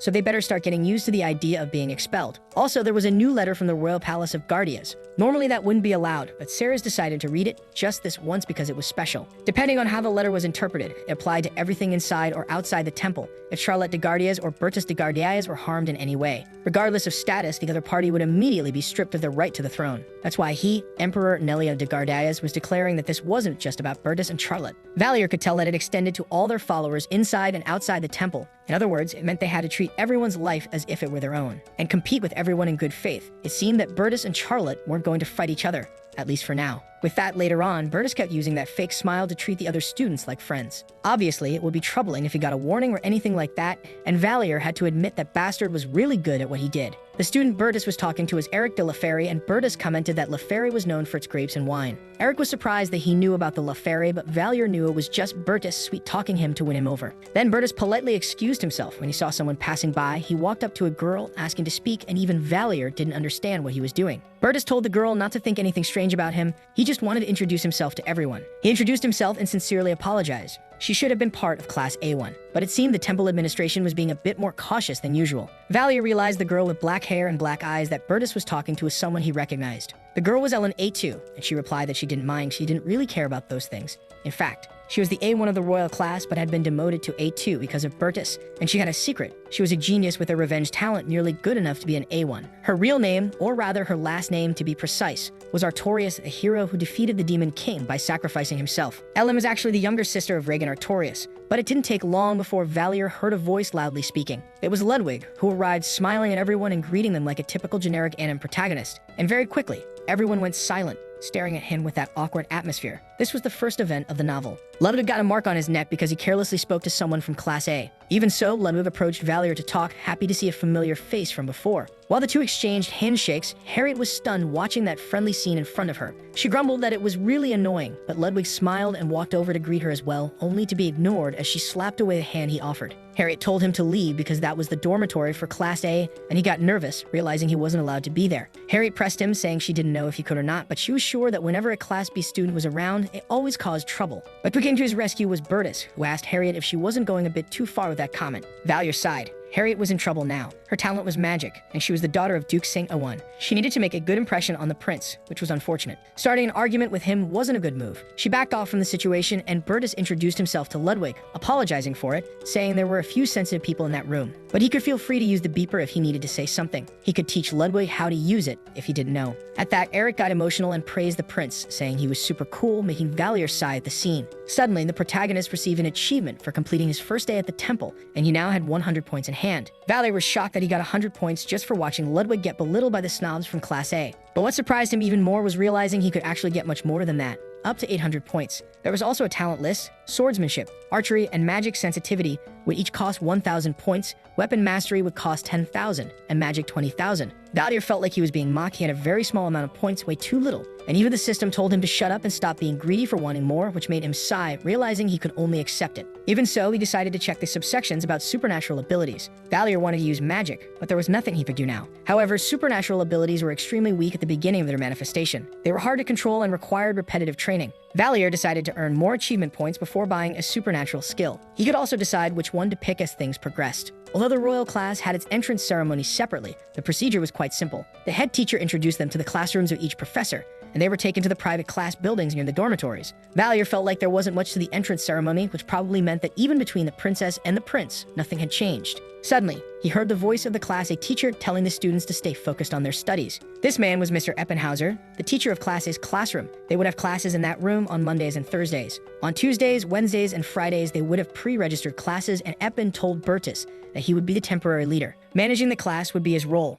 All suggestions should be submitted to the leader first. If they wanted to change leaders, they should discuss it among themselves and then report it. All necessary information would be passed through A1. But there was one exception. They should call him immediately if a major fight broke out. That would be the best way to stop students from killing each other. However, their field of view had limits, so they should watch out for one another during that time. Therefore, they should later check what talents their classmates had. That's when a student spoke up. The student asked what would happen if he had to intervene, and Eppen replied that they would be placed under special management. While they were valuable assets to the Empire, they could also be dangerous to one another. They should have been warned about that upon entering. Eppen stated that as the instructor of the royal class, he had permission to punish each of them immediately by placing them under special management. Another student laughed, asking if he could really do that, and Eppen said he'd been doing the same thing for 10 years. Now he hoped they got the message and would be very careful with their actions. Valier wondered if a teacher was really supposed to be that harsh with his students. Then Eppen commented that A11 was strange. Valier got nervous because he was suddenly called to accompany the teacher in the middle of the conversation. He wondered why, and in the reserve room, the teacher brought up his infinite aptitude. His potential was infinite, but even so, he had no other talent to show them.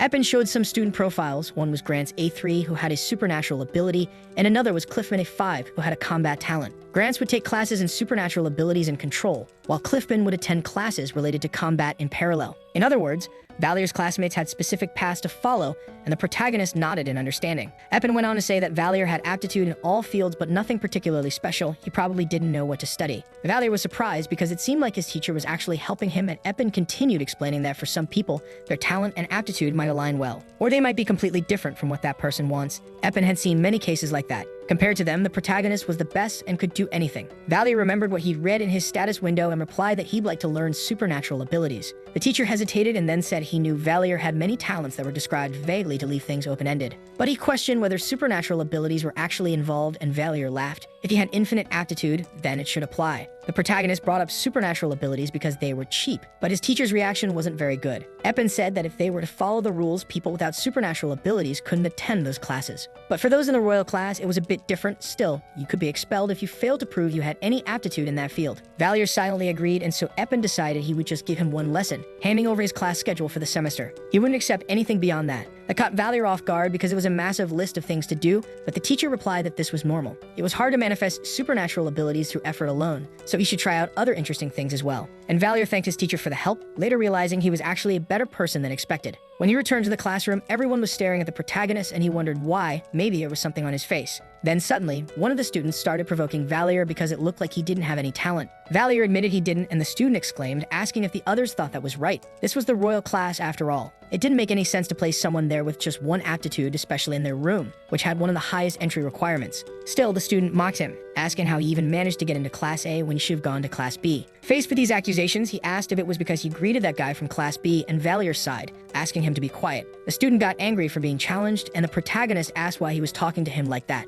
Considering he wasn't even the one who made that decision, it was all up to the admissions staff who were responsible for that arrangement. Valier asked if he thought he bribed them. He was just placed in that class because they told him to, but that guy was still giving him trouble. And he shouted, demanding to know who he thought the head of admissions was, which made the student step back at the aggression. The protagonist pushed him to admit that he wasn't one of the admissions people, so he had no right to talk nonsense. He even made the student tremble with fear under threat, the same guy who had a talent for a large mana capacity, but no aptitude for magic. Valier even patted the guy's head and sighed, saying he was only good at talking trash about others. After scaring the student off, the rest of the class grew a little afraid of the protagonist, thinking he had made a fool of himself. Now Valier felt like he had messed everything up and wondered if he'd end up getting a warning for getting mad at someone. Or maybe he should just keep acting the same way. But for some reason, Bertus looked at him with a smile. And Valier wondered what exactly he was looking at him like that for, and what was going on inside that fake prince's head. It was making him uneasy. Later, all the students gathered for a snack break, and of course, Valier was left alone. Bertus was constantly getting distracted by different things. It made him feel like he really should have thought things through before acting, and he wondered how things ended up exactly as he imagined they would. That's because, in the middle of class, Valier ended up coughing and causing trouble for the other students,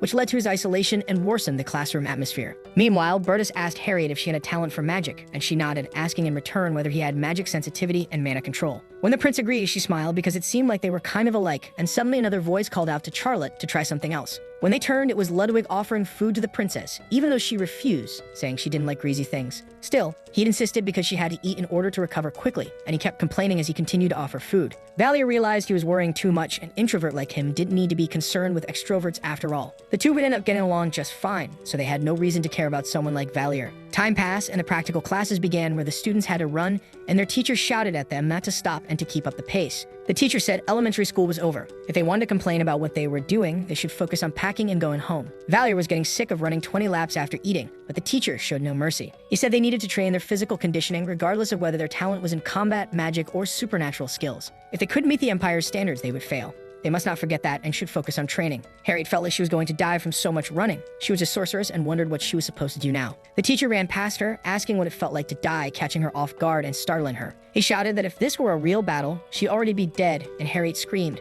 begging him to let her run in peace. While that chaos unfolded, suddenly a voice called out to the protagonist. It was Ludwig, who showed up smiling. He asked if Valier was already tired when it had only been 20 laps, then ran ahead, telling him to hang in there. Valier sighed. It was strange being around people with so much energy like that. He'd have to endure this torture for an entire semester. Suddenly, someone sprinted past them at full speed. It was Ellen. She was extremely fast and had no issues with physical activity. That wasn't even written in the novel. The only person with stamina on par with Ludwig's was Ellen. Later, the teacher forced them to do sit-ups and other exercises, yelling that they were all slow and ordering them to do it properly without stopping for even a moment. Valier wondered what kind of training this even was, and in the middle of the exercise, he saw Charlotte sitting on a bench. He was a little envious of her. Even though she was only sitting there because she was sick, the teacher didn't go easy on the rest. He yelled at the ones who were struggling and crying, telling them to swallow their tears and use that as willpower to continue. If he saw Valier slowing down, he would definitely make him run 10 more laps. Meanwhile, Ludwig was giving his all doing sit-ups. He did so many with Ellen that the two of them looked like maniacs working out full force. Sometime later, the characters finally got a chance to take a shower and calm down, even though they were sore from the exercises.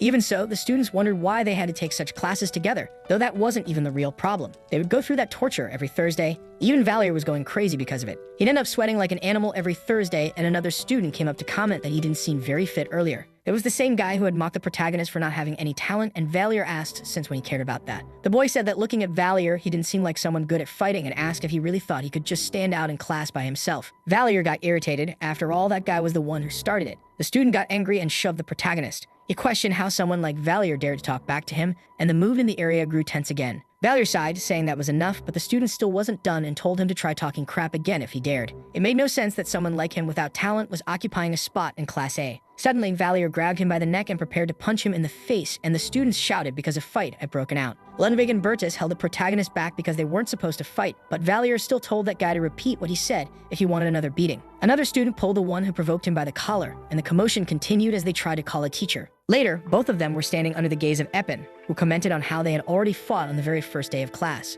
The student stammered that Valier had hit him first and was already insulting him before that, and the protagonist felt it was true that they had fought. But seeing how quickly the teacher reacted, it must have been Louis Ankton who went to call the teacher. Eppin told him to be quiet because he hadn't asked anything, then asked if it was Valier who started it, and the protagonist agreed. But it was the student Kair who made comments that undermined the temple's authority, and Kair was shocked, asking when he ever said something like that. The teacher told Valier to explain it better, and he said that Kair repeatedly claimed his admission into Class A was unfair. So Valier told Kair that a student shouldn't question the reason the temple made such a decision. The protagonist admitted that he was too harsh with his words because Kair was criticizing the temple because of him. But Kair tried to overpower him physically since he didn't have a good physique, and Kair still agreed, complaining that he got punched. Eppin told both of them to shut up and asked Valier what he meant by saying Kair had undermined the temple's authority. The protagonist smiled inwardly because the teacher had fallen for his words. He knew exactly what could anger or please his characters because he had created them. So Valier began to fake tears, saying that Kair, in front of the other students, claimed he had cheated to get into Class A. Valier said he didn't mind being slandered, but Kair's words were against the integrity of the temple, which made the student tremble. And the protagonist took it as a grave insult to the Guardia's empire, so he couldn't hold back his anger. He bowed and asked the teacher for forgiveness for his recklessness. Valier knew Eppin had a certain trait that he could exploit freely. That trait was patriotism, and Eppin stared deeply and frighteningly at Kair, wanting to know if it was true. The student stammered, trying to explain himself, but the teacher didn't back down and insisted on knowing if he had heard the truth just now. He wanted to know, irritated, if it was true that a mere student had blasphemed that the temple was corrupt, and slowly, Kair agreed. Eppinhauser was a patriot and took great pride in the Guardia's empire and the temple. He was very sensitive to topics involving slander against the empire or the temple. However, at the same time, he was a fair teacher to all his students. He would realize that Kair said all that, think it through, and judge the situation accordingly. Then the teacher said that Kair should stay while Valier could leave and return to the classroom. When he got back to class, everyone was still staring at the protagonist. It seemed the rumor that he had no talents had spread to both Class A and B. And besides that, the protagonist had completed a challenge that required starting a fight, earning 200 achievement points. Still, Valier had no idea what that was all of a sudden. Good thing he didn't have to beat up the prince. He still had other challenges, like ranking first in the physical integration test and earning 4,000 points. Maybe it would be possible if he broke Ellen's and Ludwig's ankles, but there was another challenge to rank in the top 10 of the midterm exam and gain 3,000 points. It was something that was impossible even in his previous life, but there was also another reward because he received a love confession. Valier was frustrated because it was the kind of thing the system seemed to think would never happen. Still, there were other challenges, like writing a love letter to a classmate and getting rejected, skipping classes for an entire day, getting punished by his teacher, and spray painting the temple's main street after curfew. Every challenge in that system was stupid. It was all designed to try and get him expelled from there. Suddenly, Eppin returned to the classroom, telling everyone to be quiet, and he was accompanied by Kair, who remained silent. From his expression, the protagonist didn't think he'd have to worry about Kair coming after him again. Once everyone was in their seats, the teacher told Bertus to collect the pre-registration forms. While he did that, Eppin said that those who still had questions should remain there. Otherwise, they could head to the dormitory after turning in their forms. They shouldn't forget to ask permission from their teacher or house head to go outside. As they left, the students walked out grumbling after being worn out from the training. Half of them had already made their decisions, but Valier was still in the room when he heard some cursing from outside the classroom. The protagonist recognized Eric's voice. If it was him, there was only one reason he'd be acting like that. Eric was yelling at a girl who had stumbled right in front of him. The girl with red hair and red eyes who would stand out anywhere. Scarlet, the symbol of strangeness. Eric shouted that he didn't want to see her in front of him anymore, and the protagonist remembered writing that she would suffer bullying just because she had red hair. Ludwig knelt down to check if she was okay. According to Elleris, while she was once a symbol of courage and bravery, that had been changed into something else. It had become a symbol of strangeness, since Archimans had red hair and red eyes. Because of that, she was abandoned by her parents and lived on the streets. Unlike Valier, She endured the bullying because she got nowhere else to go besides the temple, but being abandoned and bullied just for the color of her hair was horrifying. Soon enough, she would become friends with Ludwig and wouldn't be bullied anymore, but Valier wondered if he should interfere. It seemed like it was time to pick his first talent, and he wondered which one to choose. Maybe he had left something out before because it was too powerful. In his room, Valier was shocked when he saw it again. There was autosuggestion, a talent he had set aside, but it was still on the list. And there was only one reason he had left it out. It was so good it could be considered cheating. He could become capable of doing anything by hypnotizing himself. It was something that existed but had never been used. So it looked like they had recycled the idea. It was good that it cost only a few achievement points because it probably wasn't an evolvable ability. However, when he looked closer, he noticed a symbol next to the skill and was surprised. It was locked and at level 0. But now Valier understood why it was so cheap. It looked totally rigged, and he complained that the system was such a scam. Most people had supernatural abilities as their talents, and their powers had already awakened. But sometimes, although very rarely, some people had dormant abilities still hidden within their bodies. In other words, Valier had bought a dormant supernatural ability in the system, and to awaken it, he had to go through an extreme situation. In other words, he would need to experience a major crisis to force it to awaken. Valier wondered why that hadn't happened already after going through trauma. Now he couldn't even buy another ability since his points were at 0, so the only thing left to do was go with the second option. That was to earn many achievement points to get more talents, and not to put himself in an extreme situation just to awaken something quickly. It was important to gain more achievement points, so that at least he could get a talent he could use now. But earning 200 points for being rejected after writing a love letter to a classmate felt like too much. That involved his pride. It seemed like the system wanted him to confess to someone from elementary school just to go through such a humiliating trauma. However, Valier stopped to think better and realized that receiving a love confession might actually be good too. On the temple's main street inside the large educational complex that was the temple, there was more than just the school. Because of the large population along with the students, the existence of a shopping center there was only natural. Restaurants, cafes, clothing stores, arcades, an expanding area that had everything one could imagine. That was why it was a place temple students often frequented, including Kair and the other students. Kair's friends offered him things to eat and tried to help him relax. Kono and Kair were commoners while Eric was a noble. Eric agreed with Kono. Kair couldn't keep thinking about Valier all the time. Instead, Kono tried to make his friend eat. He couldn't stay in a bad mood forever and even teased him to eat, and Kair sighed as he started eating again. Those three were supposed to become friends from the beginning, but they ended up getting close much faster than in the original novel. The reason was the talentless but hot-headed Reinhard, who started the semester as an annoying person. Kair's friends asked why he got punished and what had happened inside the teacher's office. Kair replied that he didn't know. Valier was yelling some things, but he didn't catch everything. Overall, it seemed like he ended up insulting the temple school. Eric didn't understand. After all, it was the protagonist who mocked the royal class because he entered it without having any talent. Those three ended up joining forces against Reinhard, and Kair said to just wait. One day he would definitely kill him. Meanwhile, other students gathered to eat, girls browsing clothes and looking at things to buy. At that, Kono commented that the girls were pretty, and Eric even choked on his drink, telling him he shouldn't be saying that in front of them. There were people outside of there who wouldn't even be allowed to look since they were from lower classes. And Kono blinked because still, now they were classmates. Kair commented that not everyone there was as nice as Prince Pertis. Kono asked who they thought was the prettiest girl, and one of them said he thought it was Princess Charlotte. But if anyone wanted to go after her, that would be a problem because she was too much. Another said he thought it was Ellen. One of the friends said she was a bit creepy, and the one who said it was Ellen complained because they were only talking about looks. Finally, Kair said he thought Grants was his type, and suddenly someone interrupted to talk to them. Eric grew nervous because someone might catch them red-handed talking about the girls from the royal class. The one who appeared was a girl with silver hair who asked if they could talk for a bit, and Kono fell in love instantly. She asked if the two of them could talk outside, and he agreed right away, leaving the other two silent, just watching the scene. Then the girl handed a letter to Kono, saying she didn't know his name but had fallen for him the moment she saw him and wanted to know more about him. The girl asked if Kono was dating anyone, and he quickly said no, which made her ask what he thought of her. And Kono immediately said that he fell in love with her the moment he saw her. The girl smiled and said she would see him again, then ran off, leaving him behind. Kono waved, saying he would wait for her forever and that he loved her, while Eric and Kair watched in shock. The two of them started to worry, wondering if they needed to train more because, at the very least, they should be doing better than Kono at that. It was shocking that that girl liked Kono, and not either of them, considering they were way more handsome. Later, the girl, who was actually Valier in disguise, wondered how things had gotten to that point. He ended up selling his soul and dignity for a few points, completing the challenge of receiving a love confession from a classmate and earning 1,000 points.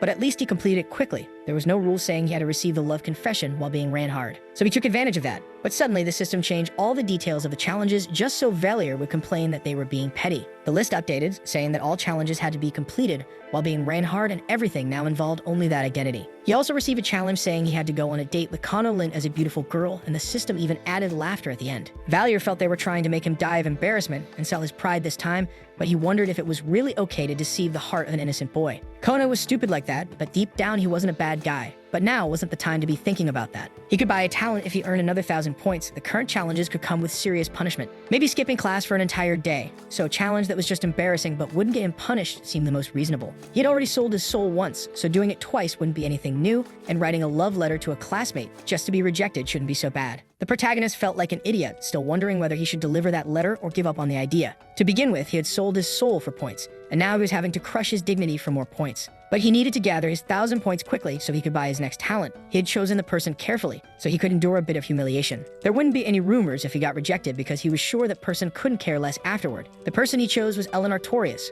who was training with a wooden sword when Valier arrived. He approached to talk to her, wondering if she would get so angry that she'd hit him when he confessed. But it was all for his achievement points. It was for a future investment, and Valier handed her the letter saying he had written some things he was feeling. The girl took the letter, read it, and rejected him, and he accepted it without thinking too much, completing the challenge quickly and earning 200 points. He had always known it would go like that, and now he wondered if he should just give up and walk away from everything this time. The next day, they had fencing class with a teacher who was yelling at them to be more firm. Fighting with a sword in hand meant the enemy was close, so they had to put more strength into their wrists. But Valier felt like he was going to snap at that rate. Ellen was clearly the same as the day before and couldn't care less about the rejection. Even during the previous theoretical fencing class, he kept trying to convince himself that he was doing it for the achievement points, but his mind was going crazy. All because after the confession, he kept thinking about Ellen, even though he didn't actually like her. Everything got worse because the fencing and practical classes were combined, and the instructor came after Valier because she noticed he was distracted. She yelled at him, telling the protagonist to stretch his arms more. He should stay in that position because he could barely stand upright. On the other hand, Ellen was perfect as expected from a student of the royal class. Even after striking dozens of times, her consistency remained near flawless. While Ellen was being praised by one instructor, Valier was being scolded by another, telling him to stretch his arms. The teacher remembered that there was another student from the royal class in this lesson, Reinhard, which surprised the instructor. Valier was shocked that the woman had taken roll call and still hadn't noticed he was from Class A. The teacher laughed out loud and asked what they thought of the idea of the royal class students having a duel that day. Ellen agreed without hesitation, but Valier wasn't too thrilled by the idea, and the others sat down to watch. They whispered about how it was a fight between elites. They should feel honored to witness something they'd remember forever. But Valier knew he would lose in a second, yet everyone was expecting something incredible from this duel. The instructor said she was there to protect them so they could go all out, and so they decided to begin. The protagonist was frustrated because expectations were too high for him, but Ellen didn't hold back at all as she charged at Valier. Landing a clean hit, Valier wondered if she was mad about the confession, and if so, she could have just said something. But the hit was strong enough to knock the protagonist out, and he later woke up in shock because he had lost consciousness during the duel. When he woke up, Valier jumped in surprise to see Ellen there. She said he didn't wake up until the end of class, and that she brought him to the infirmary. Now it was lunchtime, and Valier decided to go out to get something to eat, but since he couldn't manage on his own, Ellen helped him up. He said she didn't have to do that, and Ellen mentioned that if she had blocked with her sword, she could have slid it along his body and struck his neck. She hadn't realized he was that inept at fencing, and Valier wondered if she was saying that because she felt guilty. Then he stepped away since he could walk on his own now and suggested they could have lunch together since it was lunchtime. Ellen agreed, and Valier thought it wasn't his fault. No matter what happened, it wasn't his fault. So he figured he could get revenge for that blow now that Ellen had fallen for his words. With students from all over the continent coming to the temple, it was expected that many traditional restaurants would open. There was also a region called the Orient, similar to East Asia on Earth, and one of their traditional foods was cheonggukjang. Valier was practically drooling. He was glad he remembered that place after dressing as a woman to earn achievement points. He offered some to Ellen, but she made a face, sensing it smelled like something she shouldn't be eating. The protagonist smiled, asking if she really thought he would give her something bad, and deep down, he thought it was payback for the sword strike. When Valier offered her a spoonful, the girl even hit her head on the table, and he laughed, asking if it was really that good. A 17-year-old schoolgirl who was cold, indifferent, and beautiful was the most cliché thing of all time. But even after almost breaking the table with her hand, Ellen drank something to swallow the food and asked why it smelled so bad. Valier replied that she could at least try to control her strength, and since he got his revenge, he figured he could give it a try too. The fruit from his hometown after so long really needed to be paired with soju to taste amazing. But Ellen was still trying to eat it with that pained expression because she was hungry. It made Valier choke laughing because it was so funny. The protagonist even offered her more food, but she refused. What truly surprised him was that she ended up eating all of it. The next day, they had a theoretical magic class, and the teacher was explaining formulas and telling them to replicate them. It wasn't that difficult, so they shouldn't feel disappointed. Things would get even worse during the next term. In truth, Valier felt like he wasn't understanding anything, and then decided to leave, which left the instructor in shock at such boldness. There was also the magic sensitivity training class, where the teacher guided them to relax their bodies, saying that their body and soul were one with the universe, but by that point, Valier had already been asleep for quite a while. Eventually, the class ended and the teacher wished them a magical day. It seemed like everyone had fallen asleep, and now Valier understood why everyone praised that class. Next came the supernatural abilities control class, and among the students were Lyanna de Grants and Heinrich von Schwarz. During roll call, Kana was called, but Valier felt so physically and mentally exhausted after all the previous classes that he was nearly passing out again. Reinhardt answered the call, but someone he didn't expect to see was Charlotte, who was also taking that class. The teacher was surprised by Leanna because she had the best control out of everyone in the class when it came to using magic. While this was happening, Valier thought that Charlotte had awakened her supernatural abilities and only a few teachers knew what they were. As proof of that, she went to train with a private instructor as soon as class began. Valier wondered why. It seemed to be a skill that the others couldn't witness. The teachers were still guiding the students to continue training. There was a chance the princess had claimed to have a supernatural ability she didn't actually have just to be able to enter the temple. As the instructors tested the students' abilities, the protagonist wondered if Bertus knew about her ability. It had to be one or the other. He either knew or didn't know that his sister actually had a supernatural power. After all, Bertus wouldn't just sit by knowing the princess had no ability at all, and the students continued with their training. Until one of the instructors asked Valier what they should do, and he replied that they should push him to his mental limit. She was shocked, but the protagonist said they couldn't know whether his supernatural ability might awaken in a dangerous situation. The woman said that was completely ridiculous. If it were true, the world would be full of people with supernatural powers. Even so, she sighed but allowed him to go through with it during that class, warning in advance that it would most likely fail. But Valier said he had no choice anyway, and time passed until the end of the class when Heinrich approached to talk. He asked if Valier thought the temple was some kind of joke to be doing those things during class. Still, it was absurd for someone like him to even be in that class. He didn't even have any supernatural abilities and was still attending those lessons. Valier replied that of course he was. He needed to make an effort to try and awaken his ability. Heinrich asked if he thought he could do anything just because of that infinite aptitude of his,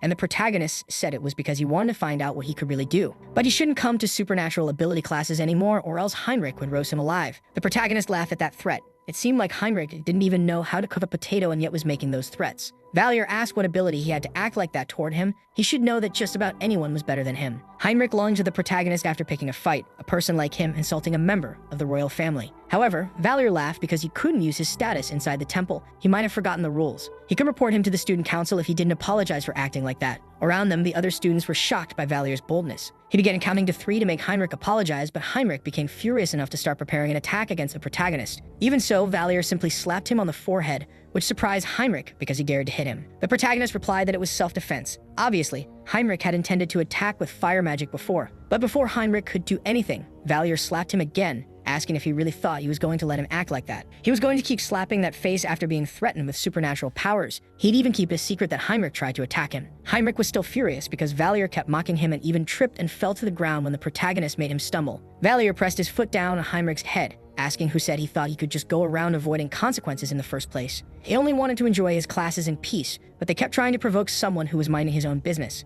To be honest, Heinrich should be thankful he didn't have supernatural powers. Otherwise, Valier could have retaliated in kind. Currently, Heinrich's ability had a 5-meter range and took several seconds to activate, and his flame was weaker than a campfire. The boy was shocked that Valier knew all of that, and the protagonist kept provoking him to try using his magic on him. He would have slapped him again right then and there to teach him not to make a fool out of him. He would have taken the chance to poke his eyes out with his fingers. Heinrich was frightened while Valier asked if he remembered what the classroom teacher had said earlier. He should be careful with his classmates. It was almost dinner time, and once again, Valier was eating alone. The other students decided not to make eye contact with the protagonist because he was dangerous if he didn't like them. The atmosphere was terrible because of him, but it was impressive how the protagonist had entered his own novel as a bad person. He wondered if he'd end up receiving karmic punishment from Ludwig or someone else. But suddenly, someone approached him. It was Bertus, who showed up asking if they could talk, and the two of them headed to a more private spot where he offered Valier some tea. The protagonist didn't feel like he was being called with bad intentions, and it didn't seem like Bertus intended to treat him badly like the others. In fact, there was no way of knowing what Bertus was thinking. He couldn't afford to let his guard down. He wondered if the prince intended to physically suppress him since he was a future swordmaster or something like that.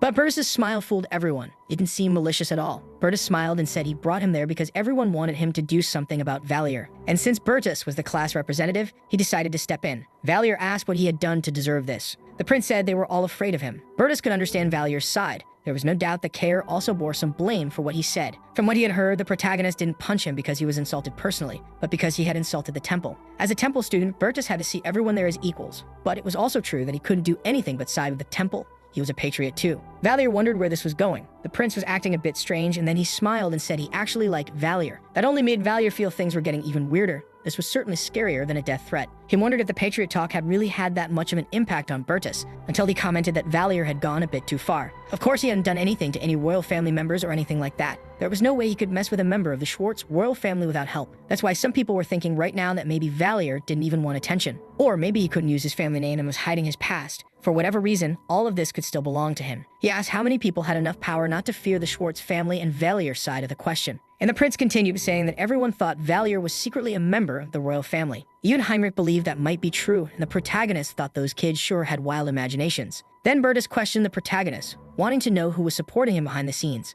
Valier crossed his arms and replied that it wasn't anything like that. He didn't want to be the kind of guy who beat people up just because someone was backing him. Burtis was totally caught off guard, asking if he really didn't have any other reasons and if he had truly just gotten angry. Valier agreed, feeling that Burtis apparently didn't think he was a royal family member or anything nonsensical like that. But he probably was curious if he was hiding something. Still, if they found out he was a demon, he'd be dead on the spot. So all Valier could do was play dumb. But Burtis burst out laughing loudly at the answer he got. Answering so honestly had been a wise choice. If he'd said someone was helping him, Burtis would have stopped everything immediately. Valier commented that he could have just lied about it, and the prince agreed that was possible too. But there was no way someone who held a cup that horribly could be from the royal family. The protagonist realized that Burtis had figured him out just by observing how he behaved. He was thinking about it now, but the guy was really sharp. Burtis said Valier should have acted even more full of himself and asked if he had at least thought about disappearing without a trace after leaving the temple since he punched a royal. Valier agreed that he had thought about it, but in his opinion, lying to the prince of the empire would have been even worse. And from the looks of it, Heinrich couldn't even touch him. Even outside the temple, killing a royal-class student in the capital was unacceptable. And the culprit couldn't be more obvious if Valier died right after leaving the school like that. Burtis said he could still use the name of his Schwartz family to cover it all up, something Valier hadn't considered before. After all, Heinrich had been abandoned by the Schwartz family, but he didn't think this empire could be influenced by a foreign nation. He figured Heinrich would end up paying the price for dishonoring the prestige of the temple, and Burtis agreed upon hearing that. It was the first time he had interacted with pompous people like Valier. Life at the temple would certainly become quite interesting. The protagonist could hardly believe that the first person in the novel to like him was actually the great villain. Then Burtis asked if he loved the empire, and Valier replied that he did. Burtis asked why, and the protagonist answered it was just for money. They let a poor person live in the palace because they thought you might be worth something. There was no greater reason to love the situation. Burtis was surprised to hear that, as Valier explained, he came from the streets. If that was enough to make someone dislike him, then it was a real shame. However, the prince said he liked him even more. His loyalty was much clearer when seen in such a simple light. Burtis compared it to how ants function. They had hierarchy in society, involving the queen ant, workers, and so on. Valier agreed it was probably divided between the queen, soldiers, and workers, though it might be a bit more complicated. There could be more or fewer roles in that society, but Burtis couldn't care less, and Valier didn't understand. The protagonist didn't see how that was something to be proud of, but the prince explained. They were just ants. Poor or commoner, noble or foreign nation, royal blood, grand dukes, counts, marquises, or barons, he didn't care about any of that. He couldn't care less if Valier or Heinrich treated him as an equal. To him, it was all the same. The protagonist agreed it was a good point. He was even impressed by what he said, but deep down he knew he was a huge idiot. Burtis laughed, asking if he knew what true power was. People with power have the freedom to be jerks. But Valier was just a jerk without any power. His eloquence was different from other people who lived on the streets. Not to mention he was also way too smart for someone poor, and Valier replied that in this world there were all kinds of people. Still, Burtis intended to figure out what the protagonist was hiding, and finally the protagonist admitted he truly had no ability at all. So there was no way Burtis would gain anything by becoming his friend or supporter. Someone talented but empty-headed meant nothing to Burtis, and talent wasn't everything a person should desire. To him, it was much better to use clever people like Valier, and Burtis said that given his brain, he thought recklessness might be a problem. Now he could understand a bit of what Valier's life had been like up until now, but Valier had to admit that he wasn't even truly poor. Anyway, what Burtis wanted to discuss hadn't changed, and he asked Valier to control his temper a bit. The protagonist sighed, saying that doing that would only be possible if he could actually get along with others. Then Burtis said they could talk more when he was more confident in Valier's loyalty, and he wished him good night as they parted. And so Burtis had asked Valier to control his temper from now on. He had really said that. But the protagonist ended up getting into another life or death fight in the future, and felt like he really should have listened to him from the start. Time passed, it was Saturday, and he was still in his first week at the temple. 2 days had passed since his conversation with Burtis. It seemed the prince hadn't denied the rumors. Even if they weren't friends, he felt they had reached a point where they could talk casually with each other. He was certain the rumors about Burtis being kind and even friendly to jerks were spreading even more. Valier felt that Burtis really was a sly one for taking advantage of that. Because of those rumors, only Ludwig from Class B wasn't avoiding him. The others still avoided Valier as much as possible, but Ludwig always greeted him when passing by. That weekend, he had nothing to do in the dorms and no way to trigger his auto-suggestion skill. And Valier wondered if he could go find them to talk about his first week at school. The protagonist went out and spoke with Lawyer, who asked how his week at school had been, and he replied that it went well. She said she had heard the prince and imperial princess had entered the temple. Valier was impressed as she knew so much about palace affairs. Lawyer asked if he thought it was dangerous in there, but the protagonist felt like nothing had happened so far, though it seemed like Burtis liked him. Lawyer believed it was kind of dangerous, and Valier mentioned that if things went wrong, he'd find a way to escape using his ring. And if possible, there was something he needed Sarkagar and her to do, and Lawyer asked what it was that he wanted. He said the princess seemed to have a supernatural ability, but they were keeping this secret for some reason. But Valier remembered there was no need to rush. He felt strange realizing there were still things he didn't know. Lawyer agreed she would talk to Sarkavar about it, but she also had something to report to the protagonist. For now, she asked Valier not to visit Elaris or Sarkavar alone, which confused the protagonist. He asked if it was because it would be weird to meet with people he had no connection to under his fake identity. And Lawyer replied it was because he had been followed to the place they were at now, shocking Valier that this had happened. When Lawyer saw some students running away, she commented that they were probably his classmates who had followed him. They didn't need to do anything special now, but the protagonist should be more careful with things from now on. Valier felt he had been careless. He couldn't believe he had let himself be followed. He could even guess why they had done it. They were probably wondering about his real identity. Valier needed to avoid visiting the rotational gang from now on. There was a chance Burtis had sent someone after him, and it didn't take long before Valier was being confronted on his way back to school. It was Kayer and his group who had shown up to bother the protagonist for what felt like the 50th time. Kayer asked if he'd been hanging out with some beggars under a bridge, and Eric commented on how he wasn't even a commoner, but something even lower. Valier agreed that he came from the streets, not caring at all about the provocations. It looked like they were trying to mock him for it. They couldn't understand how the protagonist could be so confident, and Valier laughed because it was impressive how they never stopped talking nonsense. If he were them, he wouldn't even mess with someone like him, knowing he came from the streets, and Kayer asked what that was supposed to mean. The protagonist simply walked forward, saying that standing in front of them was someone who had tasted the bitterness of street life. Kayer replied that he was just a bastard who lived with beggars and told him to get away when he got close. Valier asked what he would do if he touched him, but Kayer only stammered, telling him to stay back, clearly frightened. And the protagonist asked if he shouldn't be afraid of getting hurt after turning his back on someone while saying things like that. If that was the case, he shouldn't mess with someone who had nothing to lose, and Valier redirected his threat to Eric, still warning them what happened to those who messed with him. Eric, even while nervous, told him to go ahead and do it then, and Valier grabbed him by the collar, pointing out that he could gouge out one of his eyes with just one move. Eric fell backward to the ground, and Valier asked if they really thought he wouldn't retaliate just because they were more talented or came from good families. He laughed, saying they could follow him again and do whatever they wanted, but he warned them that if they did,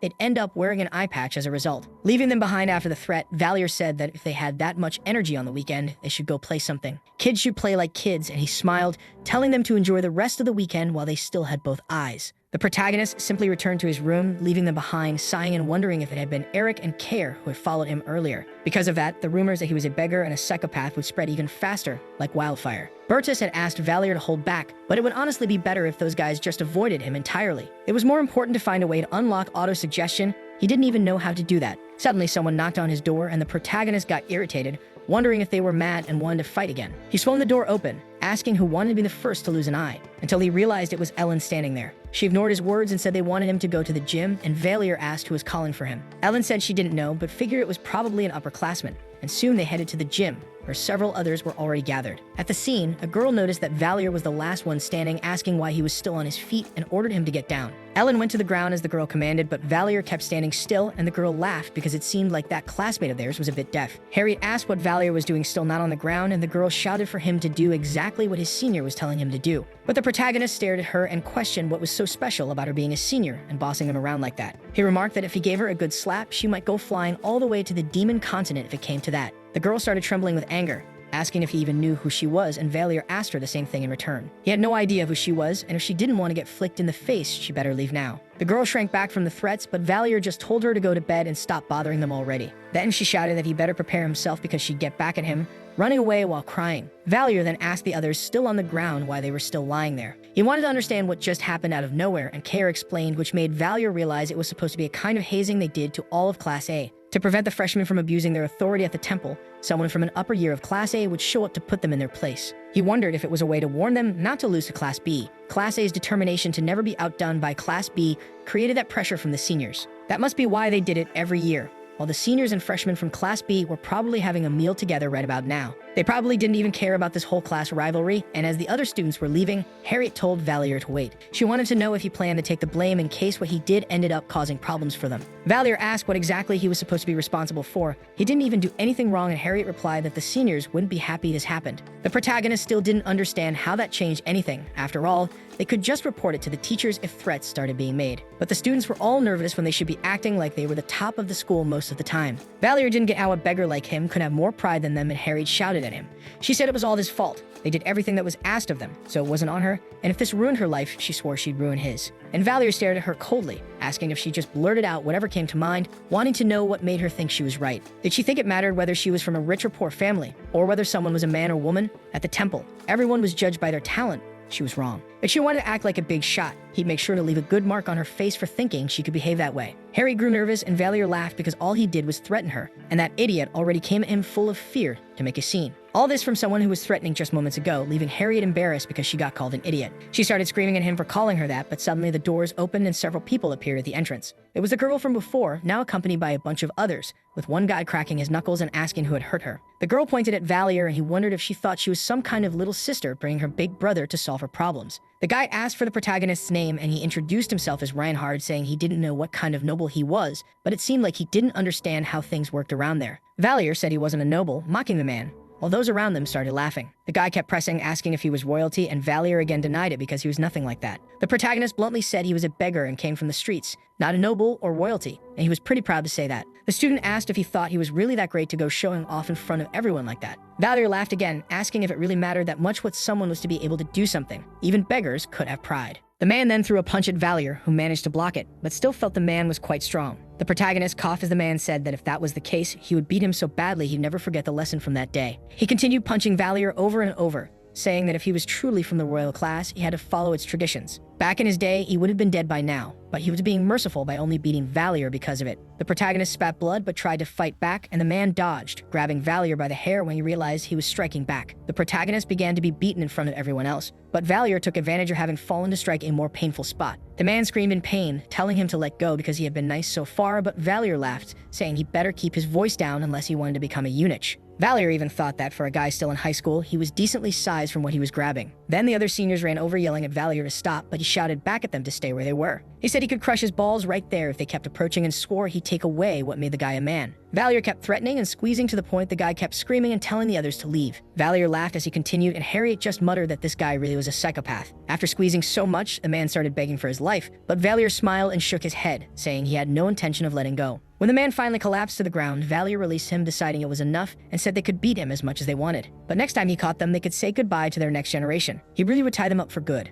Valier beat the guy on the ground and told them all to leave, yelling at the other seniors to do it right now. One of the girls helped the guy walk away while cursing at Valier, but he remained completely satisfied messing with them. Then another girl approached to talk to the protagonist, asking if he didn't think he should act with more honor. Valier replied that he was being beaten and had to resort to an unforgivable curse. Of course, he couldn't just take the hits. The girl said she wanted to have a conversation with him, and since the others had left, he should at least show some respect. Valier wondered how this girl could speak so normally after everything that had happened and finally sighed, wanting to know what she wanted. She introduced herself as Adriana from A2, a second year in the royal class, and said she knew him as Reinhard. Adriana explained that they couldn't just stop doing what they did because it had been carried on for generations and the upperclassmen pressured them to continue. Regina, the girl who pressured him first, was soft-hearted, so she must have suffered a lot to keep making the freshmen suffer too. Valier asked why they didn't just refuse and if something was forcing them to act that way. Adriana said that if they didn't, the third years would take their place. As the years passed, it became harder to control the strength of the new students. That Adriana asked if she could act like this in front of them too, because if things escalated, Valier would be the one in trouble. Sighing, the protagonist said he could just tell them to come to him, which caught Adriana off guard. But Valier said he understood the third years were the ones ordering them and told her they could come settle things directly with him.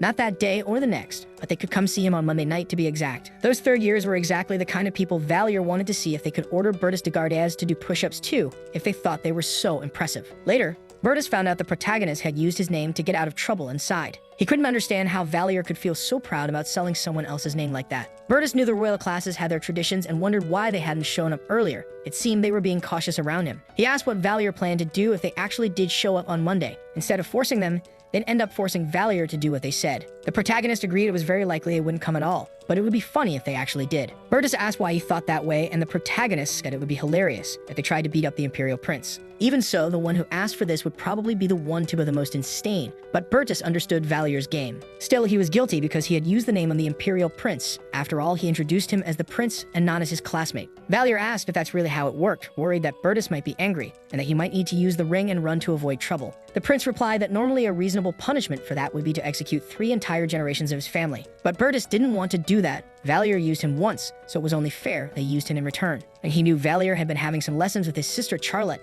so Bertus told him to keep an eye on her and report anything strange. After hesitating for a moment, the protagonist agreed, commenting that despite everything, he was still getting along with others. One way or another, he ended up saving the skins of the students who were being bullied, and that's how the situation turned out. After their talk, Valier went for a walk through the hallway at night. He didn't think calling the Duke's young lady an idiot counted as getting along with her. But the way Bertus called him over for a chat made it obvious that it was Harry who went running to tell him what happened. And on his way, he ended up running into the girl herself, who turned her face away, leaving Valier a bit shocked by her reaction. Even so, he wondered what her problem was laughing because it was pretty cute when she acted so obviously. His reaction made him want to say it, and Valier called her an idiot with a laugh, which triggered an irritated response from Harriet. She exclaimed that you shouldn't call her that, and the protagonist replied that he was just making a random comment, but it seemed like she took it personally. Even so, he said it without thinking, and she still got offended, which made Harriet stammer when trying to respond this time. They said she was smart, but she actually seemed pretty dumb. In the end, Valier thought she really was an idiot. Harriet slammed her teacup on the table and asked if he was trying to provoke her and get punished for using his status. Valier denied it, but she kept yelling at him, not even knowing why she was insisting so much, and shouted that she was not an idiot. Valier sighed because she was so loud. It was just fun. He got all kinds of interesting reactions just by calling her an idiot once. She probably would have done the same if she were in his place, which left Harriet a little shocked to hear. She blushed all over when he called her cute, and Valier simply walked away, saying that even if she was a genius, kids like her were supposed to be cute. He liked her because she was childish, and that was all. Now she should go to bed or she wouldn't grow otherwise.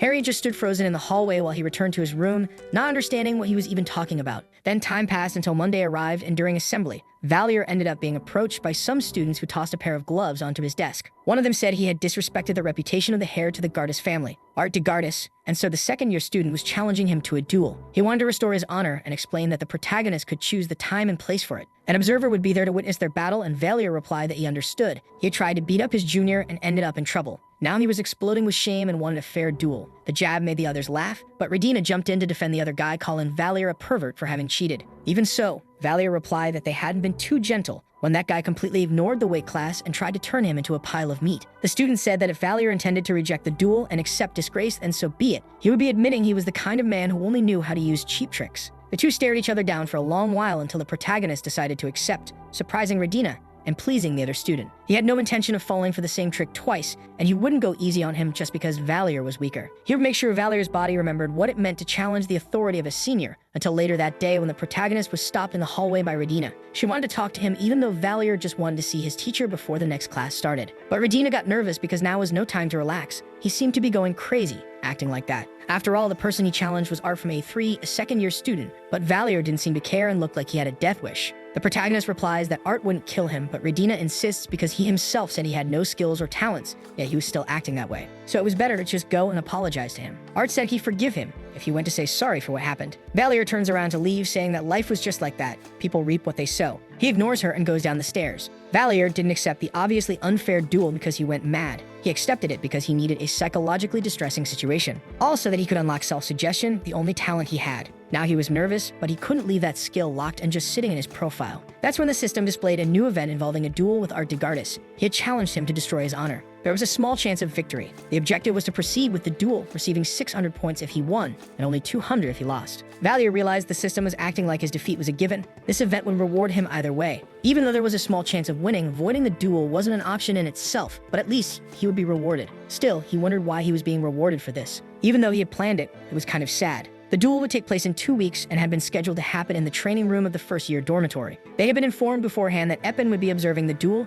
and the teacher said that as long as both sides agreed, there was no problem. They only needed to write down the date and location to make it official. Valier got nervous as he approached Eppen, but he still went to report everything to the teacher. Naturally, rumors had already spread among classes A and B. Ludwig asked what had happened to the protagonist and how he ended up in a duel. He was worried about whether Valier would be okay. Class A seemed to be full of scary people, and in a duel, there was nothing he could do but watch. The protagonist just replied that some things had happened but didn't want to explain. He only found out about the rumors spreading during class. Ludwig asked if it wouldn't be better to just apologize already. After all, he could end up seriously hurt. Valier replied that if it were that easy, he would have done it, but decided to stop talking so he wouldn't run out of breath during their run, not noticing Charlotte's intense gaze. When PE class ended, the protagonist was exhausted. His head was spinning. Ludwig had only made it harder by talking to him during class and stealing his breath away. As he walked, he was suddenly stopped by Charlotte, who came up and handed him a piece of paper before walking away. Valier was completely confused. Bertus had asked him to keep an eye on the princess. It looked like she had something to discuss with him too, and he wondered what this was about. When the protagonist opened the letter, he saw it was a notice saying she'd be coming to his room and he should wait there until after class. Valier didn't understand any of it, but still did what he was told, even though he had no idea what Charlotte meant by that. It would be the first time they had a real conversation since they met in the Demon Castle. Even so, her expression didn't seem normal. That's when Charlotte appeared in his room just like she had promised.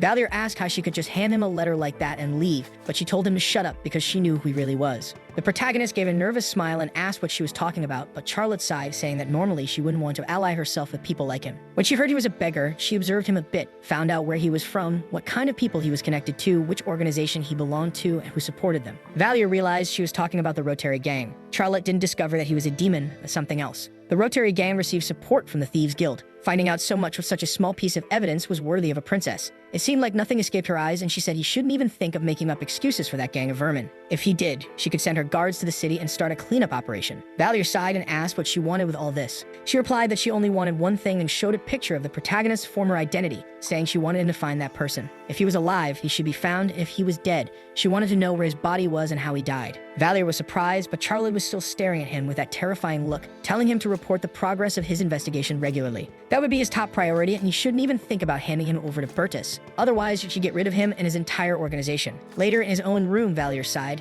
He couldn't believe she had asked him to find the guy. It was a bit weird. Charlotte seemed to think his disguise was that of a beggar, and as a former beggar turned temple student, she must have thought he was the best choice to track him down. Even if she appeared to be acting rationally, she really wasn't. While speaking, her eyes were shining with emotion. She had carefully investigated his past, but it seemed impossible for her to make a truly rational judgment. Charlotte must have become suspicious after hearing from Dyrus. Rather than appearing in control, she seemed desperate to find someone important to her. It was almost like she was obsessed with finding Valier, but if she gave it a little thought, it would be easier to spot suspicious points about him. The guy who suddenly vanished after saving her from the Demon King's castle, and then an unidentified beggar appearing out of nowhere after another disappeared. It was kind of obvious. Valier was glad she wasn't suspecting him, but seeing her search so desperately made him feel a bit guilty. If that lie kept going, someday his head would go flying, and it wouldn't only affect him, but also Elleris, Lawyer, and Sarkar. Even so, revealing the truth now would be ridiculous. As he thought, he needed to discuss everything that happened with the others. While he was thinking to himself, Harriet suddenly showed up, calling him a beggar, and laughed because he responded to the nickname. She was obviously getting back at him for calling her an idiot, but Valier just accepted that he was a beggar and didn't really mind it. Then Harriet sighed because he actually was one,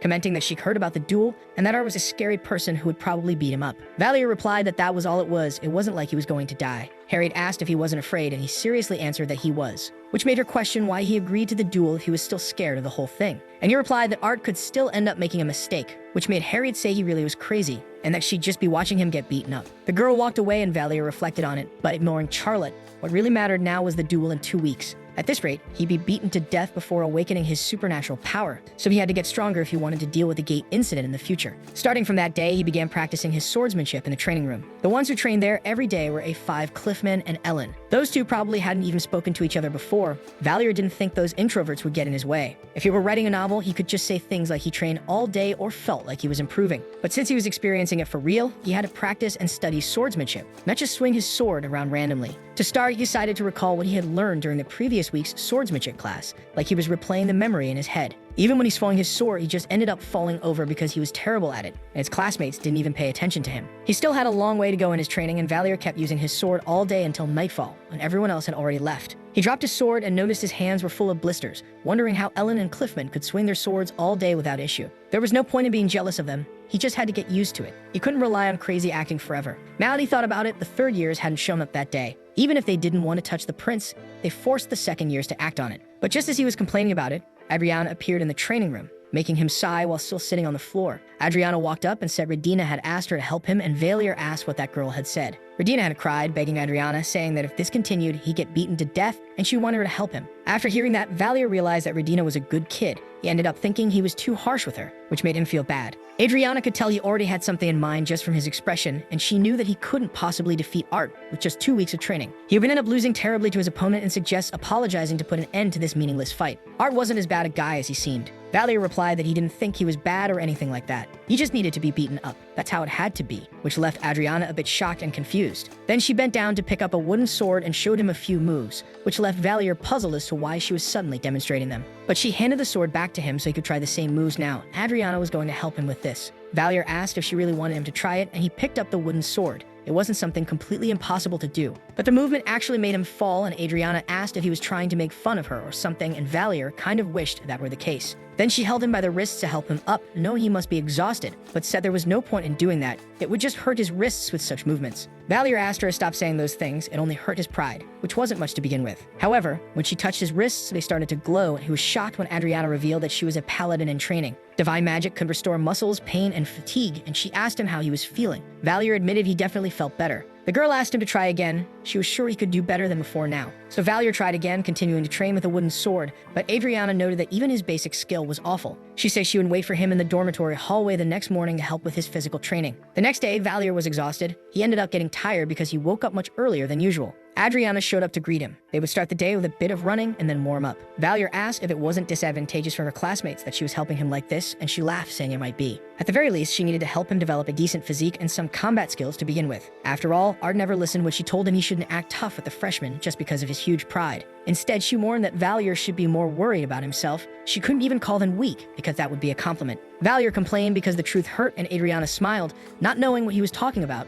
She was just telling him to work hard. If the warm-up was done, they'd begin, and Adriana ran ahead, leaving Valier behind, already out of breath. She told him to run faster than that. She wanted to train on her own too, but couldn't leave him behind either. Valier complained because this was seriously weird, and Adriana replied that it was normal. After all, her ability to heal him on the go was basically cheating. If those wanting to become paladins ran marathons, all of them would win, and Adriana couldn't understand how she could still talk while running. There was that freshman named Ludwig who ran around the temple at full speed every day, but he had always been that different and crazy. Ludwig's stamina was at car level, and that's how they ended up doing 3 hours of stamina and strength training necessary for swordsmanship. Whenever Valier was about to collapse from exhaustion, Adriana would restore his stamina using her divine powers. But Adriana reminded him that if he wanted to endure the training, he'd need to increase his nutritional intake, and said he should eat more and better. After she said that, Valier returned. Even though his body was fine, he still felt exhausted from the physical effort. He still had to wait a bit until breakfast, but there should be some ingredients in storage, and he could also use the kitchen. He could just eat something for now, so he decided to go to the restaurant dedicated to the royal class, responsible for all the meals and nutrition. Several famous chefs worked there, and the dishes were made with nothing but top-tier ingredients. If someone wanted to eat outside of meal hours, there was also a full kitchen where the cooks could prepare something on request. But for some reason, Ellen was also there. Valier wondered if this was something he had known all along. After going out for morning workouts every day, it was obvious she always came there to eat. If he remembered correctly, she also ate more during breakfast than anyone else. Valier approached to see what leftovers Ellen was eating, but it just looked like steak. And she said she had other things like bread too. Ellen mentioned that it didn't even taste that good, and Valier just walked away, letting her enjoy the meal. He didn't want to steal her food. In the kitchen, he was surprised because she was actually amazing and very tidy. There were enough ingredients, and he was way too tired to cook anything fancy. So he just decided to throw some easy things into a pot and eat. And that's how Valier ended up cooking until he returned to Ellen's table with a few more dishes. Suggesting they could eat together, he said the kitchen was full of eggs and meat, and asked if she was only eating leftovers because she didn't know how to cook. The girl replied she had never tried, and Valier sighed. It was shocking how someone could not learn something they'd never even attempted. She seemed to have just given up. Valier muttered like an old man, thinking that kids these days were completely useless instead of learning what they were supposed to do. Anyway, he said they should eat since he had cooked it, and it should taste good. Ellen didn't even hesitate to start eating too. Valier froze, shocked, wondering why she was eating so fast. Usually, people ate more slowly. Even though she agreed, she kept doing the same thing, and he wasn't sure if he should try to stop her somehow. Ellen seemed to have the hunger of 1,000 beggars, but he still let her eat more than half of what he made. Even so, she still looked hungry, and then she mentioned it was true that they still had class together that day. Hearing that, Valier suggested they could eat something together again later, but for now, he'd be heading out. Deep down, he planned to make her eat 2 portions of cheongmukjang to make her beg for mercy from the awful smell coming out of her mouth. Expecting a big change just from one day was too much. But even so, his strength increased by 0.5 points, agility by 0.3, and stamina by 0.6. And even though he had no idea why, his magic power also increased by 0.1. That duel in 2 weeks would just be a trigger, just a stone in his path, but the only thing he could rely on was this body that could improve as much as he wanted. He couldn't stay a piece of trash forever. He needed to gain some strength. The duel was in 2 weeks, and it was still the matter with Bertus and Charlotte. Not to mention the whole gate crisis. Valier couldn't afford to rest. He needed to unlock auto-suggestion as soon as possible. And later he ended up going out to eat with Ellen, who was still eating that horrid thing. But at least she was in a better situation now. If she didn't like it, it's not like she was being forced to eat it. But it still impressed Valier how she kept showing up every day to eat with him. He wondered if it was because of him.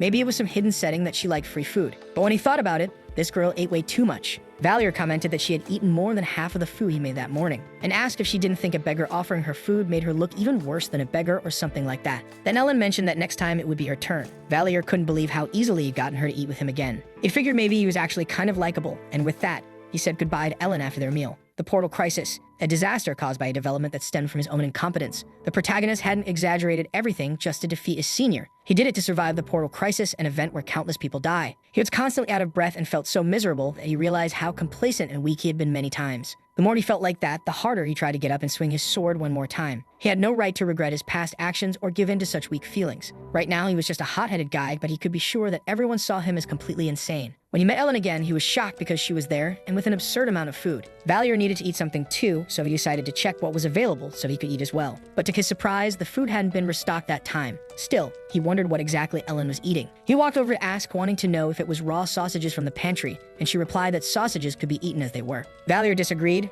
They needed to be grilled first, which made Ellen sigh because he was just that annoying. But what shocked him more was that she was completely incapable of using an oven at her age. Again, she said she had just never tried using one before. Valier thought that if he grilled them all, they'd end up way too salty. And he wondered what he could do now. He didn't even have the strength to cook and said he couldn't do it. So he guided Ellen so she could learn to cook in his place, which impressed him because she was actually good at it. He was so surprised because her knife skills were on the level of a temple chef and asked if she really didn't know how to cook. Ellen agreed it was her first time, and Valier commented that at this rate, she could become a great cook in the future. Valier continued guiding her to cut and do things properly, and they finally finished cooking. Though the result looked weird, it still smelled good. Valier told her she should memorize this for the future so she could cook by herself and maybe even make a little for him too. Ellen sighed that he was annoying and just started eating, and the protagonist was surprised she was eating it even though it was still hot. Valier saw her starting to burn her tongue and eat quickly, and told her to spit it out before she choked or got hurt. He ran to get her some water so she could swallow the food, but at least it was better than eating raw stuff. Maybe she could respect him a little for that. Ellen replied that she was the one who made it, and Valier argued that she only moved her hands,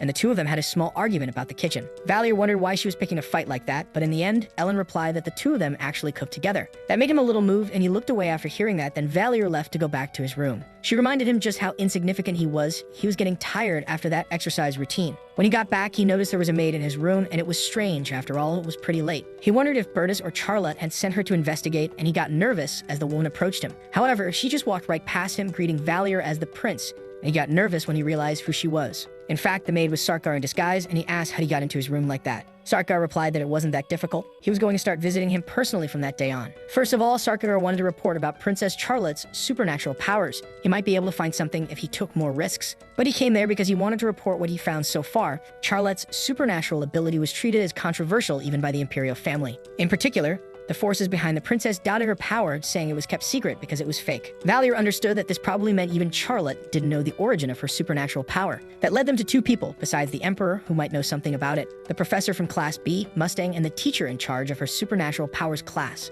Valier asked what he meant by taking risks, and Sarkar replied that if she had people she could share those secrets with. He thought about disguising himself as one of them, but if only a select group of people could know, it would be harder for her to reveal it again, and Valier reflected on that. The circumstances surrounding her supernatural power were strange. If she really had a power, it must be something she didn't want to reveal. So Charlotte's powers must be tied to something problematic, and the protagonist told him to forget it. It was too risky. The truth would come out eventually. Sarkar agreed that it was a wise decision, and Valier said he also had something to report to them. Actually, it was related to the princess. In fact, the princess was looking for him, and Sarkar was completely confused. He could hardly believe it. It seemed the temple was far too dangerous for Valier, and Sarkar said he should avoid getting involved with that. The protagonist replied that doing that would get the heads of the gang members chopped off. Sarkar laughed because it was indeed ironic. The debt the princess had to Valier had turned into a huge problem in the end. In truth, it wasn't something he should say, but he never imagined he'd end up doing something as dumb as being forced to search for himself. Valier didn't even know what to do now, and the protagonist asked if they could forge some evidence that he died somewhere and report that to her. Sarkar agreed. It was the best option they had to satisfy her. However,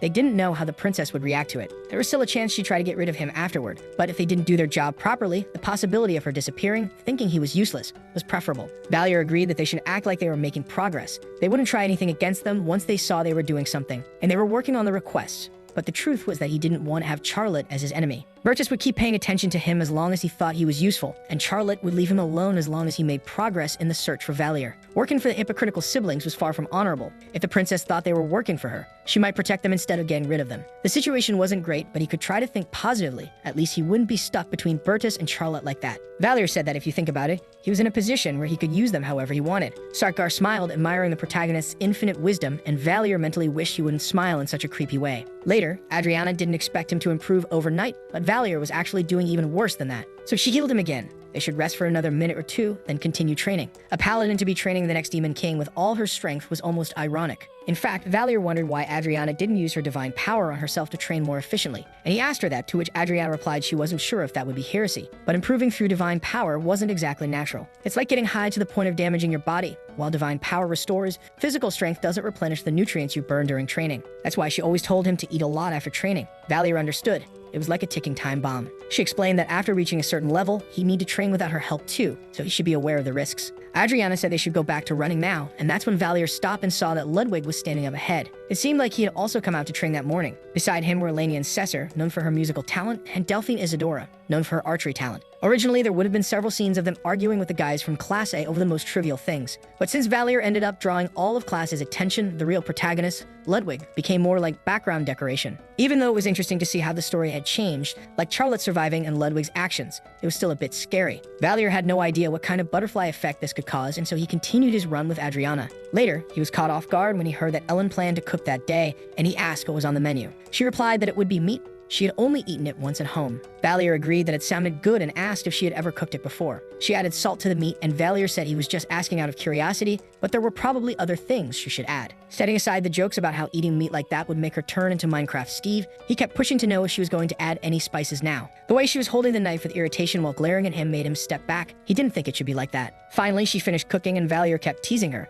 asking if she even listened to his tips for seasoning the meat. But it was finally ready. If he ate slowly, he might be able to get breakfast after all. Valier asked if it was more edible now with seasoning, and she agreed, which made him pretty happy since that was what he expected. Even so, Valier asked if she could really eat such a huge portion of food, and Ellen nodded, even though there was nothing he could do about it. He said it was a good thing she had gone to the temple. Otherwise, she'd starve at school eating like that. Ellen mentioned that she didn't go to school because she wanted to. The people from the temple told her to come. Valier was surprised by the way she started talking about herself like that, and he asked if she was upset by any chance. He laughed even when Ellen said no. It was actually really fun to irritate someone as serious as her. Valier was laughing and having fun with it. At that moment, the foolish sadist had no idea what was coming next as the price for irritating Ellen that much. Ellen went after him to teach him how to train with his wooden sword, making him repeat the moves again and again. It was clearly an attempt to get revenge for the things he did. She started teaching him how to use each of her sword techniques. Even though Valier should have been happy that someone as strong as her volunteered to help, he still felt annoyed. Ellen not only helped with sword techniques, but also sparred with him a bit. It was way better than fighting someone at the same level. What he learned in those duels was that a swordsman's battle wasn't just about swords. You had to use everything you had. That included your hands and feet. And so he learned the impact of low blows in fights and the importance of properly gripping a sword. He learned various sword techniques, attack methods, and suppression tactics, all while getting beaten up. And if he had to mention something else, he realized it was that Ellen stood above all of their classmates. Ellen defeated him again and again. Valier truly felt like he was going to die at this rate from constantly training nonstop. On Friday, 2 days before the duel, Ellen put him through that strange training where he had to hold his sword while she struck the side of it. Ellen explained that all sword techniques were useless if you dropped your sword. The training they were doing was to strengthen his grip. So he had to put all of his strength into his hands. His grip was so weak that they would need to keep doing this training until the day of the duel. Valier was struck over and over by Ellen, who ordered him not to let go of his sword even though he felt like his arms were going to fall off. After training for so long that it felt like months, the sword he was holding broke and the pieces fell to the floor. Even though he wasn't injured when it broke, he was still a bit shaken. Ellen said those training swords were very fragile, so they would break easily. If they were too hard, they'd basically be clubs and could seriously injure someone. The protagonist felt like he had gone through that a few times already, but Ellen reminded him that he should never drop his sword. But for Valier, that was easier said than done, and he decided to go grab a new training sword to continue. That's when Ellen told him he was going to lose, and Valier replied that he knew that from the start. Of course, he still wanted to win, but he didn't believe there was a way to do that, until Ellen herself interrupted, saying there actually was. She said she could tell him the only way to win, and the next day he did his morning run with Adriana. She praised him for doing very well and told him he could focus on resting until the next day so he could improve even more. The next day it would be a long-awaited duel, and he remembered Ellen's advice to think carefully about what kind of duel this was. After that, she fell completely silent and didn't offer any more tips. That's when the protagonist decided to ask Adriana directly. He said that one of her classmates claimed there was a way to win the duel, and asked if she had any idea what that could mean. Adriana paused to think and answered that she didn't actually know, and Valier tried to understand how there could be a way to win that not even she knew. But the protagonist decided to let it go. He was caring very little about it now. The time for the duel had finally come. As a result of his efforts during the week of training, he had finally gotten stronger. His stats had increased significantly, and it was all thanks to what Ellen did for him. But what caught his attention was something labeled combat capability, a plus. Seeing that was a little disheartening even after evolving so much, but even so, he went to the duel location. There were more people there than he expected to watch, and he wondered if they were all first years. Despite that, Ludwig was shouting and cheering for Valier so loudly that some students definitely ended up deaf. Aside from Bertus and Leana, all the other members of Class A were there. It seemed even students from Class B had shown up. He was still surprised that so many more people came to watch the duel. Even Charlotte had appeared out of nowhere, which was scary. Harry got his attention, laughing because he was clearly going to die that day, so he better be prepared. Valier told her to shut up and walk toward Art, noticing that all the second years from Class A were there as well. But the protagonist only recognized Art, Adriana, and Redina among those present, and Eppin noted that everyone was ready and they could proceed. So he decided to go over the details before they could begin the duel. Art de Gardis had been involved in a certain incident in which Reinhard vainly injured his honor. For now, he would read only the written report. 2 weeks ago, on a Saturday, the first-year Valier grabbed the genitals of second-year Art and squeezed. The report made everyone around them start laughing loudly, and Art got angry at being exposed like that, especially because even Valier was trying not to laugh. Eppen continued reading that after declaring that his honor had been wounded and that it caused great and distressing mental damage as well as humiliation, Art had demanded an apology. But Valier refused such a request, and so he proposed a duel, which both of them agreed to proceed with. When the two agreed on the terms, Eppen asked them to state their demands in case they won the duel. Art said he wanted Valier to kneel and apologize to all his seniors for the disrespect he showed them, and he also wanted him to swear loyalty and respect to them. In response, the protagonist said he wanted all the seniors to stop with that stupidity they pulled on freshmen and demanded an apology just because. Everyone was shocked by Valier's boldness, and so Eppen agreed, beginning to call upon the god of war to be by their side. But Art interrupted his teacher's words, saying that as a participant in the duel, he had the right to name a champion. Eppen asked who that would be, and the protagonist wondered what exactly that meant and what it implied. Art said he wanted to bring out the third-year student who was Class A's champion, Mayerton, and the man appeared, taking Art's place and handing him his wooden sword. Mayerton asked if it was him who told him to show up whenever the prince was around, smiling arrogantly at Valier. There weren't many people there because the second years from Class B had also shown up, but it seemed even the third years from Class A came to watch. His provocation must have touched the pride of the third years, so they wanted to see his humiliation up close like that. Valier remembered how Ellen said he should carefully consider what a duel really was, and now he understood that naming a champion or substitute fighter to take one's place was a right duelists had. So that meant Ellen had been suggesting he ask her to take his place as champion and fight for Valier. That was the only way to win. With Ellen's skills, it was very unlikely she'd lose to someone like Mayerton. However, Valier sensed Adriana's fury and wondered what was going on. It seemed like she hated Mayerton and wanted to fight him too. Eppen said that if no one had anything else to say, the duel would begin. If the outcome became clear or someone begged for mercy, the duel would end. Then Mayerton said he had a suggestion and asked if they could make it so the duel would only end when one of them surrendered. The teacher asked why, and Mayerton said it should be obvious from the outcome, but he simply wanted to teach the freshmen a lesson. Eppen asked if the protagonist agreed to that, and Valier said yes, but he would also like to add a condition. Since choosing a substitute was a right in the duel, then having a small advantage in return should be allowed. The truth was, Valier wouldn't call anyone, even with Mayerton asking if he seriously intended to fight him directly. That worried Adriana and Redina, and even Ellen, who remained silent, watching the protagonist in front of everyone. Valier asked Mayerton not to use his left arm during the duel, and he agreed without thinking much about it. Restricting the use of one arm was a major advantage. If Valier's past self had to choose something, this never would have crossed his mind. Thanks to his duels with Ellen, the protagonist realized how important it was to always improvise. Realizing that made him aware that his training hadn't been in vain, his chances of overcoming the weight difference were still low. But now both sides were ready, and so the teacher began the duel between the two. Mayerton laughed, asking if the protagonist was scared. Valier could tell the guy wasn't afraid of him at all. He wondered if he should go for a surprise attack while his guard was down, but his strikes still meant nothing and were deflected. Valier wondered how he could be so strong with just one arm. He almost dropped his sword during the exchange. Mayerton responded that he was just a weakling and pressed even harder, attacking the protagonist more than before. He was only aiming at his sword, maybe because now Valier understood why Ellen had put him through so much suffering before. Ellen had always known that the duel would end like this. Valier ended up being thrown back by the blows he received. When he fell to the ground, Mayerton asked why he dropped his sword, laughing at the protagonist's weakness. Valier kept getting beaten by his opponent, who told him to pick up his sword, not understanding why someone like him, who didn't even think before speaking, could still be someone from Class A. Even if he didn't have anything good, at least his eyes looked like those of a swordsman. Mayerton kept hitting Valier, and the people around began to wonder if it wouldn't have been better for him to retreat from the start. People shouted for him to give up, cursing the protagonist, not even understanding how Eppen hadn't stopped the duel. But Valier was still enduring the battle, and each blow he received, spitting blood at every moment. Mayerton also asked if he didn't intend to retreat. It seemed like he wanted to make the class last longer than usual, like he actually enjoyed studying. It wasn't just his arms. Valier's whole body was hurting. He couldn't win that duel. But even so, even if he got beaten by that damn person, he just wanted to land a single hit on his opponent. And he charged at Mayerton again with his wooden sword in hand, which made him laugh because the protagonist looked insane acting like that. Valier's defeat was inevitable, but his plan to awaken his supernatural power by placing himself in danger had completely slipped his mind due to his rage. At first, he hadn't intended to do that, but he ended up crossing his limit and activated his revision function. Valier got so furious that he didn't care about anything anymore. At the moment he landed a blow with his sword, it would break into pieces. 20 conquest points were required to trigger that event, and so the protagonist used those points. And thus, he struck his opponent with it. As Ellen had said before, the durability of training swords was indeed low. The probability of something like that happening was very high, so he managed to make it happen without spending too many points. A strike to his lower parts made Mayerton back off in fury, but Valier couldn't let him grab his sword again. If Mayerton got his sword back, it would be over, so Valier hit him from behind to disrupt his attack. The protagonist began to beat his opponent with kicks. He thought his blows would knock him out, but Mayerton seemed like he would recover quickly. Mayerton kicked him away, complaining that he took advantage and told him to do everyone a favor and just surrender already. Valier laughed at that.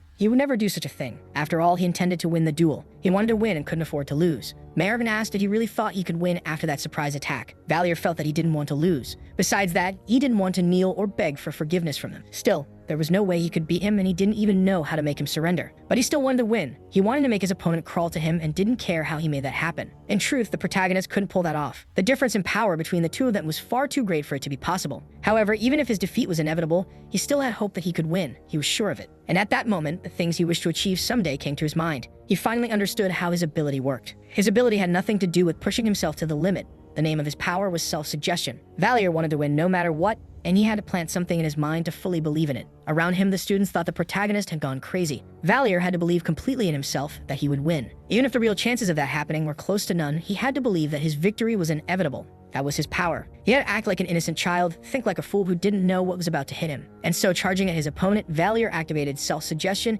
and used his sword to strike him with force. Mayarton was shocked and couldn't understand what that was, but Valier didn't stop hitting him and grabbed him by the hair without hesitation. This time, it was the protagonist who was beating him down, shouting at him to surrender, but Mayarton could only ask how this was even possible. Only to get beaten even harder than before, Valier just kept hitting him, knowing that knocking him out could also make him win. Valier reminded him that he had said before his victory was inevitable. The result he wanted was directly connected to his hope. The more he reinforced that belief, the stronger his powers became. He planted in his mind that he would win and became strong enough to do so. And then Valier lifted him up and shouted for everyone to hear. This guy had been at the temple 2 years longer than him, was stronger, and had much better swordsmanship. Even so, the protagonist mocked him, telling him to say that a third year got his ass kicked by a first year. Since Mayarton stayed quiet, Valier decided he would make him wake up. But finally, Mayarton bowed and said he surrendered, admitting he was wrong. At last, the teacher ended the duel and declared the protagonist the winner. And so Valier completed the mission, earning 600 points for his victory. Even though the protagonist wanted to hit him even more and make him wake up in a strange place, it was Valier who passed out when everything was over. In the end, the one who woke up in an unknown place was him, and since both fainted, he was declared the winner, so the result couldn't be changed. Next to him, Adriana appeared when she saw the protagonist had woken up, relieved that it wasn't anything serious, and that he was okay. Valier thanked her for the concern and asked what happened. She replied that he ended up winning but passed out right after. He was in the recovery room and Valier was surprised. It was pretty nice that the school had so many facilities for the students. Then Valier got worried because his previous opponent was there too, and Adriana confirmed it. He was in another room and she asked if he really thought they'd put them in the same place after everything that happened. Adriana got irritated. They clearly exchanged glances during the duel and he should have known she was ready to fight. Valier gave a nervous laugh, but Adriana commented that he jumped into that fight thinking he'd miraculously awaken his power. She never thought the phrase "take a real beating" would become so literal, and Valier claimed that at least everything worked out. Adriana disagreed. He couldn't just do that. Things only worked out this time because he awakened his supernatural ability. Still, she asked if he thought she would keep helping him if he kept acting like that, and Valier turned away, denying that things would go the same way again. His supernatural ability was just a bonus. The rest of the talents he'd have to buy with conquest points. But in the end, she asked him to at least not do anything like that again, and that he shouldn't start fights just because his senior happened to win one this time. The protagonist actually believed something like that would happen again someday, but Adriana said that in that case, she'd personally make sure to kill him. Valier turned back and agreed not to do it then, but he was very grateful for her help, which made Adriana sigh. She preferred a freshman who got along with everyone, not someone who picked fights with everyone. Valier laughed because he thought it'd be hard to change that, so he suggested she give up on him. Even after slapping him, Adriana stayed with him until he woke up. Sometime later, Valier was treated and released by the nurses, and when he left, he had a talk with Professor Eppen. The professor admitted he found the whole autosuggestion concept interesting. They thought one of his aptitudes might involve supernatural ability. But after that duel confirmed it, was now clear that he had awakened his power. It was foolish to duel against a senior, however. Given the results, his actions were justifiable, and Valier responded that he did all that because he wanted things to get better. The professor said that if talent didn't come only from effort, then luck also had its part in it. But at that point, Valier wasn't authorized to use his abilities to attack others, and the protagonist even smiled, promising not to do anything wrong. When he left the room, the protagonist thought that it wasn't obvious when he used his power, so of course it would be hard to detect it. But even though he acted like an idiot, he himself wasn't actually one, though he figured everyone must be surprised about the duel. Now everyone was talking about Reinhard and the supernatural ability he awakened during the duel. It seemed like the rumor wasn't just spreading among his classmates, but even among students from other classes and upper years. The duel alone was the topic of the week in the royal class, and the fact that he, a first year, had won. It would be way too weird if no one talked about it. The looks from those who hated him changed. While part of that was likely due to his awakening, it also seemed like they saw something in the duel that shocked them. On his way, he ended up bumping into Harriet, but she walked right past him, which left Valier confused. This should have been the perfect chance for her to say he should have been beaten up even more, so he stopped her to talk. Harry was startled as he asked, but she didn't have anything to say, and finally she said Valier should have been beaten even more. The protagonist hit the mark so perfectly it was like he was living rent-free in her head, and he laughed, commenting that she looked nervous when she saw him getting hit. Harry blushed when Valier said she turned pale like snow. It seemed like she couldn't even stand up properly. She shouted, denying it and saying it was all a lie. She'd never worry about him and even said he was disgusting. Valier held her face and Harriet pushed him away with a slap, making him laugh because she was so cute when she got embarrassed. But Valier ended up shocked to realize that while Harriet was yelling at him, she had started to cry, telling him not to make fun of her. The protagonist offers her a macaron to eat, but Harriet refuses because it was dirty and she wouldn't eat anything like that. In truth, the protagonist felt it was more like when an older person teased a child and made them cry like that. Finally, he apologizes for being rude, but she just tells him to shut up again because he never stops making fun of her. Not even her father, mother, or siblings did that. He didn't even know how to treat a girl, and he was making her furious without knowing why she had to go through this. Valier says it was because she also laughed at him, calling him a beggar, and Harriet complains that he really was a beggar. Sighing, the protagonist says he wasn't teasing her that much, he actually thought she was cute. After all, he had said it before. He just told her she was cute. It was a compliment, but even so, she kept complaining. Harriet says he pinched her cheek and laughed at her, and Valier replies that it was because she looked really cute that way. So she sighs and agrees as long as he never dares to touch her with those dirty hands again. Then he insists she eat the macaron, and she agrees as long as he stops pushing her so much. The two sit in silence for a moment, and Harriet asks if he didn't get pretty hurt in that duel earlier. Valier agrees because he was still feeling pain even now. Harriet says it was all because he fought someone like Mayarton. If he hadn't awakened his supernatural ability, he never would have been able to beat him. But Valier says sometimes you just don't want to lose to anyone, and you get this urge to beat someone no matter what.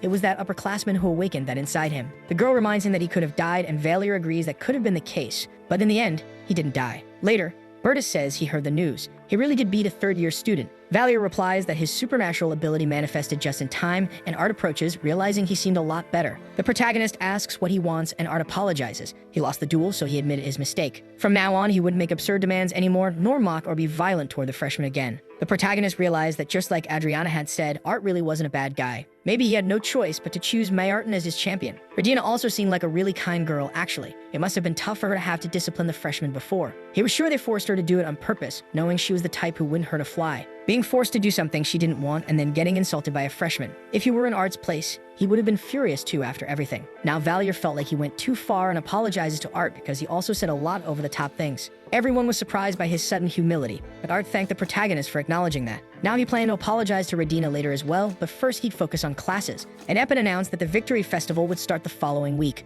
As everyone should know, the victory in the Demon World War was a historical celebration, so the temple would be closed during the commemorative month. However, considering enrollment and the academic plan, it would only be closed for 5 days next week. Still, the students celebrated. At least it would be 5 days, and that was something. They were relieved, thinking they'd have to run every morning. Valier felt it would be a good opportunity to visit Elleris again after a long time, and suddenly someone announced that A11 wouldn't participate in evening classes. The protagonist was confused, but the teacher just told him to follow, and he didn't understand anything, wondering if he had done something wrong. In the end, the two of them just sat on the wooden bench outside to wait right there. Valier wondered if it was because it was cold that there was no water in the pool, but thinking about it, they could have just heated the water with a mana stone. It must have been some kind of script error, and the protagonist asked if the temple didn't have hot water by any chance. If they made an indoor pool with hot water, it would be possible to have swimming classes, and Eppin agreed that was true, but the maintenance cost would be too high. And realistically, no one would want to swim in the same water all year round. That's why it was so expensive. Eppin asked why he was interested, and Valier said it was just curiosity, but he still wondered why the pool was closed even though it was outdoors.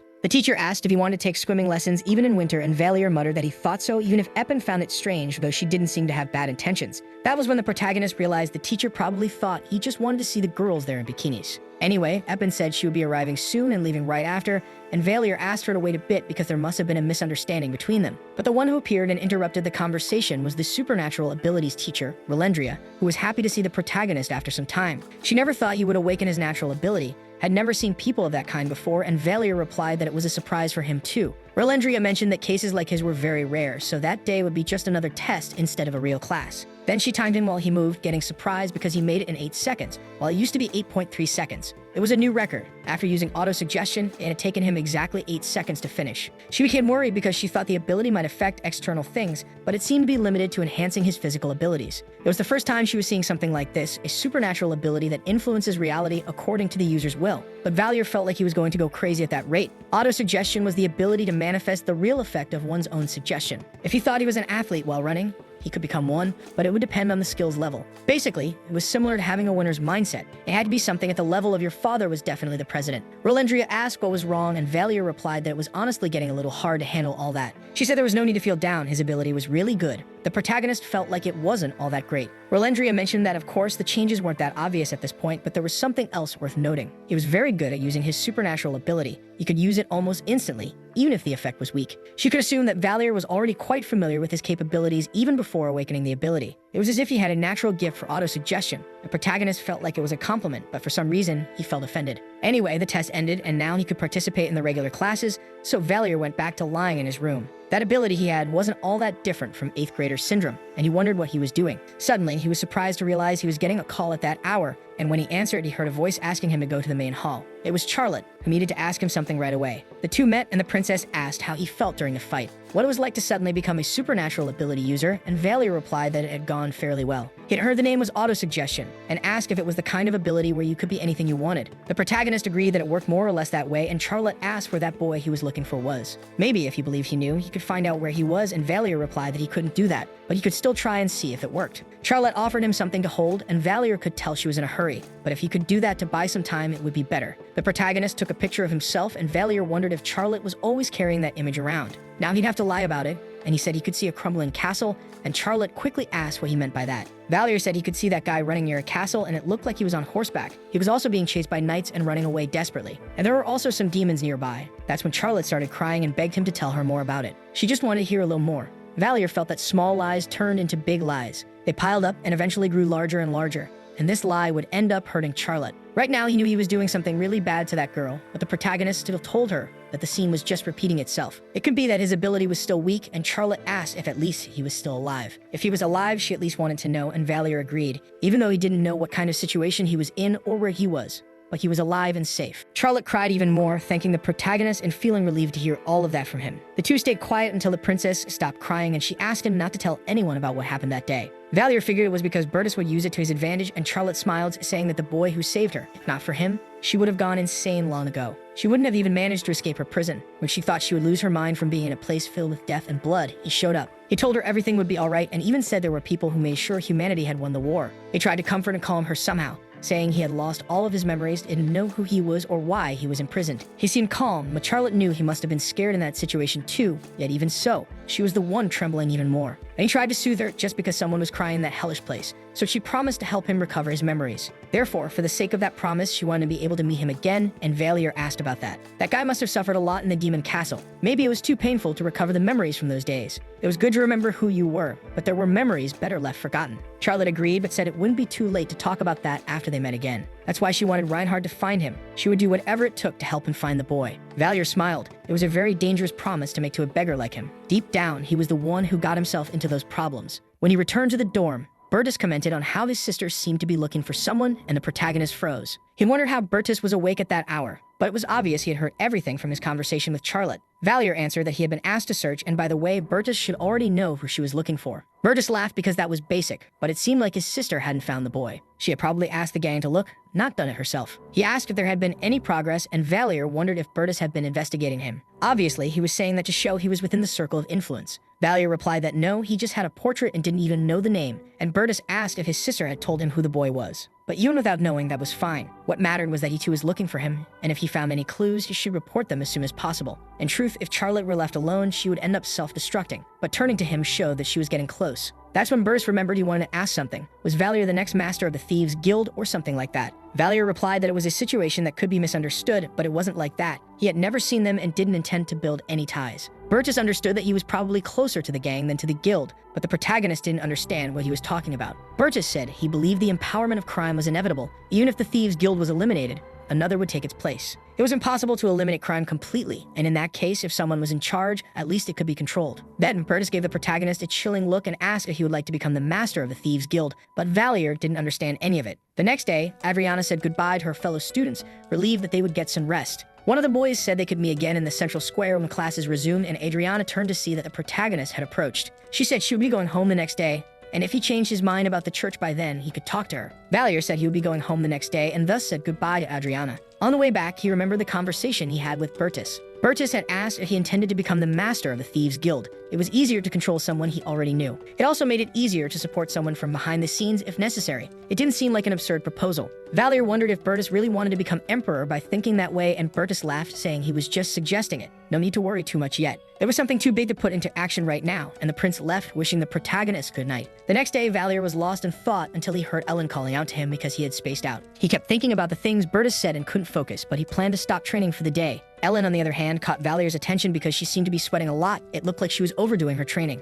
She said she'd just train a little more, and Valier wondered why she was so stressed to the point of pushing herself like that. He said goodbye, telling her not to overdo it with training, but Valier ended up coming back to bring her something to eat. He got annoyed because it wasn't something he'd normally do, but that girl somehow drew people's attention. He got attacked without meaning to. It was a little scary, actually. He ended up doing a bit too much, but for Ellen, it shouldn't be a problem since she liked eating. When he got to the training room, Ellen was collapsed on the floor. It looked like she had fainted during training. In her dreams, Ellen remembered her past and how she begged her brother not to leave. She questioned why he had to sacrifice himself and what she was supposed to do about them. But even so, he left despite her pleas for him not to. Later, Ellen woke up and Valier was with her in the infirmary, and he remarked that she shouldn't be sleeping in a place like that since it could worsen her condition. He asked what she would do if she started having trouble breathing at her age, and the nurse asked the protagonist to calm down. She would only have been in danger if she had arrived any later, and like a gentleman, it was Valier who brought her in safely. The protagonist got tense when the nurse said he had arrived asking her to do something about the situation. He was all nervous and pale. The nurse said it seemed like the problem came from overtraining, so she should avoid pushing her body to the point of injury. Ellen agreed and thanked her as she left, and Valier asked what she had been doing to end up fainting. Ellen said she lost her balance while practicing a move. She must have hit her head on the dummy when she fell. The protagonist pointed out that it was dangerous, she could have gotten a concussion, and it wasn't normal to make mistakes like that. And he smiled as he realized he had ended up saving her life. And after making sure she knew that, he told her to get up so they could leave. Since the nurse had used sacred magic, Ellen should be healed now. They could eat some sandwiches since he had made too many. He made them for her, so he had to make sure she didn't forget and thanked him. And with that, Ellen followed him out of the infirmary. That's when Ellen said she wanted to take a bath, and Valier asked if she planned to lie down again after that, and she mentioned that she didn't like the smell of sweat. Breaking curfew wasn't really a big deal after all. In the original work, Ludwig would always sneak out at night like it was nothing. So the protagonist said he'd head to the cafeteria first, and Ellen said he might end up getting caught by the director. Then she suggested they could eat in her room, and Valier went along, surprised to see how her room was decorated. There was nothing weird about someone of the opposite sex entering a room at the temple. When writing the novel, he'd made a code dorm just to make things easier. He wondered what he planned to do in a place full of kids. At most, they'd end up playing cards in the middle of the night. They were really just kids, and Valier didn't feel nervous entering their rooms. Maybe Ellen thought the same. Actually, her room was just as empty as his. Aside from some training equipment, it was very simple. There was a bag in the corner that probably belonged to Ellen, but soon she came back from the bath and Valier said they could eat and go to sleep. Outside, and it started raining, and they began having dinner, and Valier commented that people feel bad sometimes even if there's no reason for it. But that's just how things are. But if you don't talk about it, it might eat you up inside, and Ellen agreed. If it were possible, she said she'd like to save the world in exchange for her life. And she asked if he thought she could do something like that. Valier knew she must think of death as the end of everything. Even if he was the great hero who saved the world, in the end, he wasn't the only one. People worshiped the hero Artorias, and deep down, Ellen mourned the death of her own brother. So she missed him and resented him. Valier replied that he could only know how that felt when the time came. She agreed but said she would never die like that. And that's when she turned around because she wanted to show him something. It was a sword that seemed a bit unusual too. It was forged in tears, but Valier didn't know what that meant. But he knew what the sword was. It was called the Sword of Lament. He never would have imagined it. Of the two swords once wielded by Artorias, there was the sword of Owls, the god of war, Allspringer. And there was the lament sword of Mensis, a god of the moon, and now one of them was right in front of him, a sword whose whereabouts were unknown except to someone who knew Ellen. At the same time, before Artorias went to war, he had left that sword with her as a keepsake. Valier laughed, thinking she was about to attack him, but it seemed that wasn't the case, and Ellen smiled and thanked him. The system displayed that he had earned an achievement called Ellen's Revelation, revealing her true identity faster than expected. On another day, the protagonist took a trip to the commercial area of the Alagard district, where he met with Elleris. She was surprised to see him and greeted him after so long, but was shocked that he was there. It was far too dangerous to come alone. Valier replied that it was fine. He had walked in circles to avoid being followed. He only planned to stay there during the holidays, and it wouldn't be for long. Elleris asked if it wouldn't be more comfortable to stay at the temple, and he said it was because she was there. Elleris was a bit moved hearing that, but even so, visiting the place wasn't as simple as it seemed. Valier laughed, asking what she had been up to those past days, but she looked a little worried. Before he had come there the first time to sell scrolls, there had been something. The protagonist remembered. He had gone there after walking around failing to sell anything, and Elleris said that was the key. The last place he had been seen before disappearing was there, and Valier asked if the pursuers had been around too. Even though they didn't seem to suspect Elleris, that was the only place where they had found any clues, and now everyone was watching. And also, by chance, they heard that someone had stolen a fireball scroll from a shop, but Valier was shocked. It had been from Borton's store, and apparently, they got a lead on Valier through him. The protagonist remembered that was the guy who gave him a scroll for free a copy. The protagonist sighed, saying he hadn't stolen anything. The man had just given it to him. He thought it was a fake scroll because the drawing looked convincing, and he even said he'd pay if Valier could make a perfect copy of a real one. Elleris was shocked. people who bought fake scrolls could die. She said it served him right. Someone like that deserved to suffer a bit. Valier replied he didn't know if he deserved it. He had just shot himself in the foot. The protagonist just wanted to relax a bit during his vacation and asked Elaris if the people from the gang were doing well. She said Lawyer didn't talk much with them unless it was something really serious, but maybe it was time for everyone to get together and talk. Valier agreed. They could go to the rotating gang the next day. That night, the two ended up talking when they weren't asleep. Elaris remarked that she didn't think humans were better than demons, nor that they were kinder than them. Humans were a race that knew what prosperity was, but they also fought each other and killed for that prosperity. There were times when she got tired of their cruelty, and Valier asked if something had happened. Elaris hesitated and said he would find out the next day, and so they passed the night until morning. When they met again, Sarkar was the first to shout and run up to the protagonist happily, hugging him tightly. Elaris said that Valier had awakened his supernatural power. They had never doubted he would be the owner of such a great power. The protagonist, nearly crushed, told him to stop. It felt like his ears would bleed and he wanted to get away. Lawyer asked how life was at the temple, and the protagonist replied he didn't even have time to get bored. Then Elaris asked what it was that he wanted to tell them, and Valier recounted his duel with Mayarten,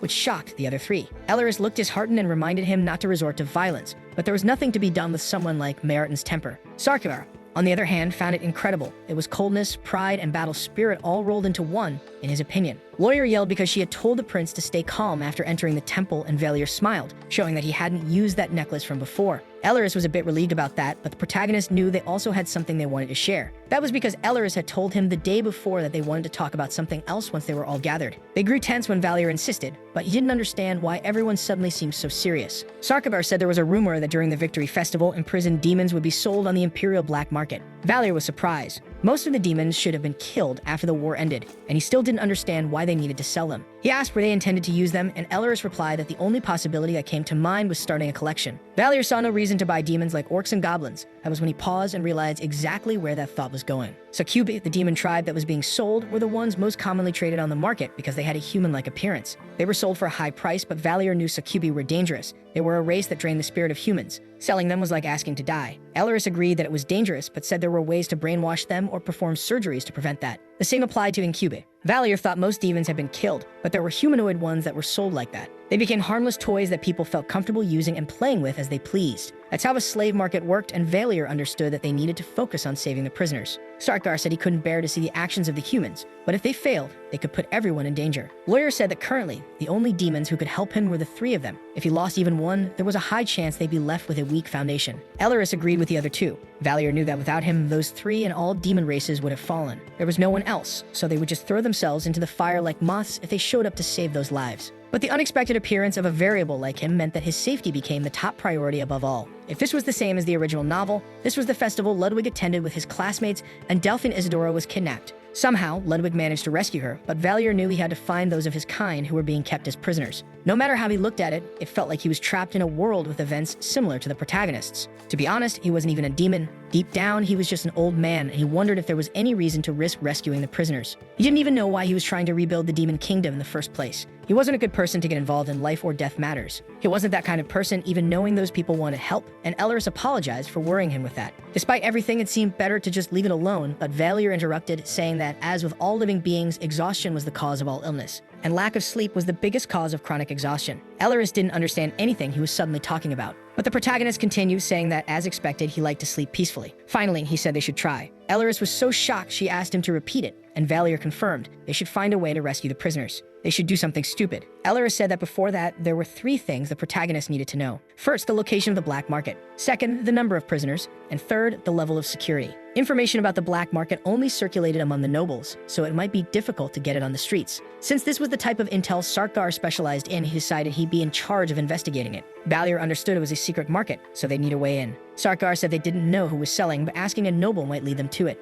Valier asked about the people running the black market, and Sarkar replied that it wasn't too hard to figure out. The power to divert prisoners halfway to the capital meant that the plan had been made long before the Imperial army returned, which meant they had already spoken to whoever was in charge of the prisoners. Furthermore, if not even all the commanders knew, someone close to total authority had to be involved. Elaris agreed with Sarkavar, and Valier realized that both the unit commander and the general commander must know about it. In the protagonist's opinion, things seemed to be getting more complicated than before. If it were just a few commanders, they could steal the prisoners. But since this story was circulating among the aristocracy, it would be even harder if the imperial family got involved. If that were the case, even Bertus and Charlotte would end up caught in the middle. Elleris agreed that they couldn't rule out that possibility. He wondered if the two of them could really know about this. It wasn't something organized by a group like the Thieves Guild. It had been planned by the Imperial family and those under their wing. And if that was the case, the security would also be extremely tight. They would have to break through the defenses, rescue the imprisoned demons, and hide the ones they saved somewhere. It was far too reckless. Valier asked if it would be possible with magic, and Elleris said there would need to be mages on her level. There could be barriers that would make the use of magic difficult, but the more he thought about it, the more he cooled down. It really was an impossible mission, and Elleris asked why he needed to do it while the black market was still open. Valier questioned that, and Elleris explained that when the black market opened, it would be the worst possible day to rescue the prisoners. Elleris mentioned that it would be easier either before the auction or after the sales had ended. Before the auction, security would be lower than on the actual day. And after the prisoners had already been transferred to their new owners, each noble would have to look after their own, making it easier to rescue them. Everyone stood silent and realized she was absolutely right. Sarkar mentioned that those participating in the auction would pay enormous prices. Lawyer agreed they would go through great trouble, but she wouldn't kill those people. Valier said it was a method that could work, but Sarkar pointed out that it might take some time to get a list of everyone attending the auction, but they could rescue anyone in the meantime. It would also be less risky, but the rumor that prisoners were disappearing or being stolen would end up spreading. After rescuing a few, the nobles would strengthen their security. The trio continued to talk while Valier remained quiet, thinking. If Elleris' method worked, people would assume some kind of criminal organization had stolen the demons. That could cause a huge stir in the Empire. Just knowing that freed demons were hiding in the capital would be a major threat to the Empire and its security. Because of that, a large number of guards would flood the city, and news like that would surely reach the temple. However, Valier had written about a similar incident in the original novel. Elleris had come up with that method even without him around. The reactions from Sarkar and Lawyer were equally positive. If they did anything, it would be following that exact plan. The demon trade in the black market, their rescue, all of it would have happened even without Valier's presence. The protagonist didn't understand the causality, but he knew the result, and it was very likely that the operation would fail. They had to prepare something even better, but there didn't seem to be a way to move all the prisoners at once. Unless that problem could be solved, then Valier had an idea, and he asked if Elleris could use mass teleportation magic. Elleris asked if he meant the spell itself, and she said she could use it, but it took time to cast. Valier asked how long, and she answered around 30 minutes. It seemed impossible to just teleport everyone out at once and vanish. A place with a barrier that prevents teleportation magic users shouldn't be all that common. Elleris reminded him that, as she had said earlier, it was likely an anti-magic barrier would be deployed, and Valier suggested that maybe it wouldn't be at the auction house itself. Then he asked how many people she could teleport, and she replied that her limit was about 20. If it were at night, maybe up to 50 people. Valier thought Succubi and Incubi were humanoid demons. That wasn't a high number. But most of the prisoners he saw when he escaped were humanoid or large, and Lawyer asked if he was thinking of another method. Valier said it was possible to rescue the prisoners in a different way, but they weren't strong enough. The black market's existence was already a problem, and it was illegal. Sarkar mentioned that just the act of buying and selling demons should be heavily condemned. Lawyer agreed that's why they were using a secret black market, truly the kind of thing fit for terrible people. Valier knew that demon trafficking was definitely illegal, and he asked what would happen if rumors about nobles being involved started to spread. They were confused, but the protagonist continued, saying that the demon trade should damage the Empire's prestige. It was a major incident, big enough to cause public outrage, and Lawyer asked if the citizens would become angry enough to attack the black market. The protagonist explained that if they discovered the black market's location, a huge uproar would break out. Sarkar said that, however, the Imperial army could be disguised as mercenaries and might use violence against them. Valier agreed it was true that the Empire held overwhelming power, but it wouldn't just be the citizens who were furious. It would also end up offending the beliefs of the most powerful people, and Elleris asked what he was talking about. Valier explained that it was the religious forces. The sale of imprisoned demons would be a great offense to the Templar Knights. So there would be a huge and violent reaction from all the major religious forces across the continent. Besides that, the Templars were military forces that answered to religious leaderships, not to the Empire. When they intervened, it would cause major chaos, and the people from the black market would have no justification to stop the Templars from interfering. In the end, they would have to hand the prisoners over to the Knights. They wouldn't do something stupid in exchange for a bit of money. The Templar Knights saw the war with the demons as a sacred duty. The actions of the Empire would be a huge betrayal to them. Religion was what ruled people's minds. Going against it was a decision the Empire could never make. So Sarkar said that this method would stop the sale of prisoners on the black market, but Elleris hesitated because everyone would end up executed. Valier agreed, but said the Templars would take time to organize the prisoners during that period. After all, you would be living proof of the betrayal against the Empire, so the Templars would try to get something out of the Empire as an apology. And if they changed the location of the auction, even better, since they wouldn't have time to prepare countermeasures against magic. So at that moment, Valier said they should extract the prisoners using mass teleportation. Of course, all the prisoners who exceeded the limits of Elleris' magic would end up dying in the process. But it was the best thing he could think of at the time. Then Lawyer suggested that instead of mass teleportation, they could use a teleport portal. Valier asked about that, and Lawyer said she thought what he just mentioned had a high chance of happening. That way, if they could use a teleport portal and all go together, surely everyone could survive. Valier asked if that would only be possible if the teleport portal took them to the Templar Knights. Sarkar said there were excellent teleport portals in the capital, There was even one close to the Templar headquarters. That teleport portal should be used during the prisoner transport, so if the convoy arrived before the Templars, it would cause some confusion. And they find a way to let the prisoners escape through the teleport portal to prevent them from being followed. Elleris could destroy the portal as soon as she got through. Valier realized that teleport portals were bidirectional. If one portal broke, the other would break as well. Actually, the protagonist was enjoying this. Lawyer would be in charge of handling the chaos. Elleris decided to help her, and Sarkagar said he'd transform into one of the soldiers who patrol the portal. Valier felt like a lot was needed to make this plan work, but he trusted that things could go well. However, if any sign appeared that something would go wrong, he would use revision to fix the situation. That night, Elleris thanked Valier and he asked why. After all, they were the ones responsible for solving everything. Elleris thanked him because he trusted them to do something so dangerous. She was truly grateful for his trust. However, he asked if she was really at peace with all this. No matter what they did, someone would end up getting hurt during the rescue. It could be the Templar Knights or someone else. Elleris had killed many people in her life. She had done it for so long that she got used to it and became completely tired of it. That's why she appreciated Valier's concern, but said he didn't need to worry about her, and so they fell asleep. Time passed and the Victory Festival began. The day when the streets were full of happy people, but also the day of the rescue mission. That was the headquarters of the Merchant Guild, and they were all watching from the rooftop where the prisoners were being held. Their goal wasn't to capture corrupt nobles, but to rescue the prisoners. Even if everything went well, all they could do was save those who were in the black market. With that in mind, it would be better to start the plan now without waiting for the auction to begin. According to the information gathered by Sarkagar and Lawyer, there were about 100 prisoners. The black market was located in the Merchant Guild, in the Bucket District, or somewhere else in the Mappo District. What they had to do now was make sure everyone knew about it. And there were two ways they could do that. They could send a letter to stir up chaos inside, or they could take advantage of the gossipers and spread a rumor, but it would be hard to find the exact location of the black market that way. In the end, they decided to send a letter with all the details, so they mailed it to the Templar Knights HQ, and fortunately, it was received. And now they were heading toward the black market, and Valier commented, impressed by how good the invisibility magic was. He couldn't believe that no one had noticed they were on the rooftop of a house, and Elleris smiled at that. But if they entered an anti-magic field, the spell would disappear and people with sharp senses could detect them, so they had to be careful. Suddenly, Lawyer felt the scent of the Templar Knights getting stronger. She thought they wouldn't come that day, but it seemed they had received the letter. It looked like they were going en masse to the Merchant Guild HQ and the rest to the main street. Valier asked if they were trying to resolve things in secret. It was kind of strange. It would be more honorable to attack the black market with everyone watching. They had received information that the black market would open that day and that the demon prisoners would be sent to the auctions there. One of the guards got nervous when a knight approached, saying that if it was a lie, the Templar Knights should issue a formal apology to the guild. So they should cooperate with them, and Lawyer reported that the Templar Knights and the guards were arguing now. And it didn't look like the guards were going to let them through easily. It didn't take long for the guards to finally start acting. The Templar Knights were entering the guild right where the prisoners were being held, and Valier realized it was time for the big show to begin. If the Templar Knights executed them, which was the big fear, it would create a huge problem. But he didn't want that to happen,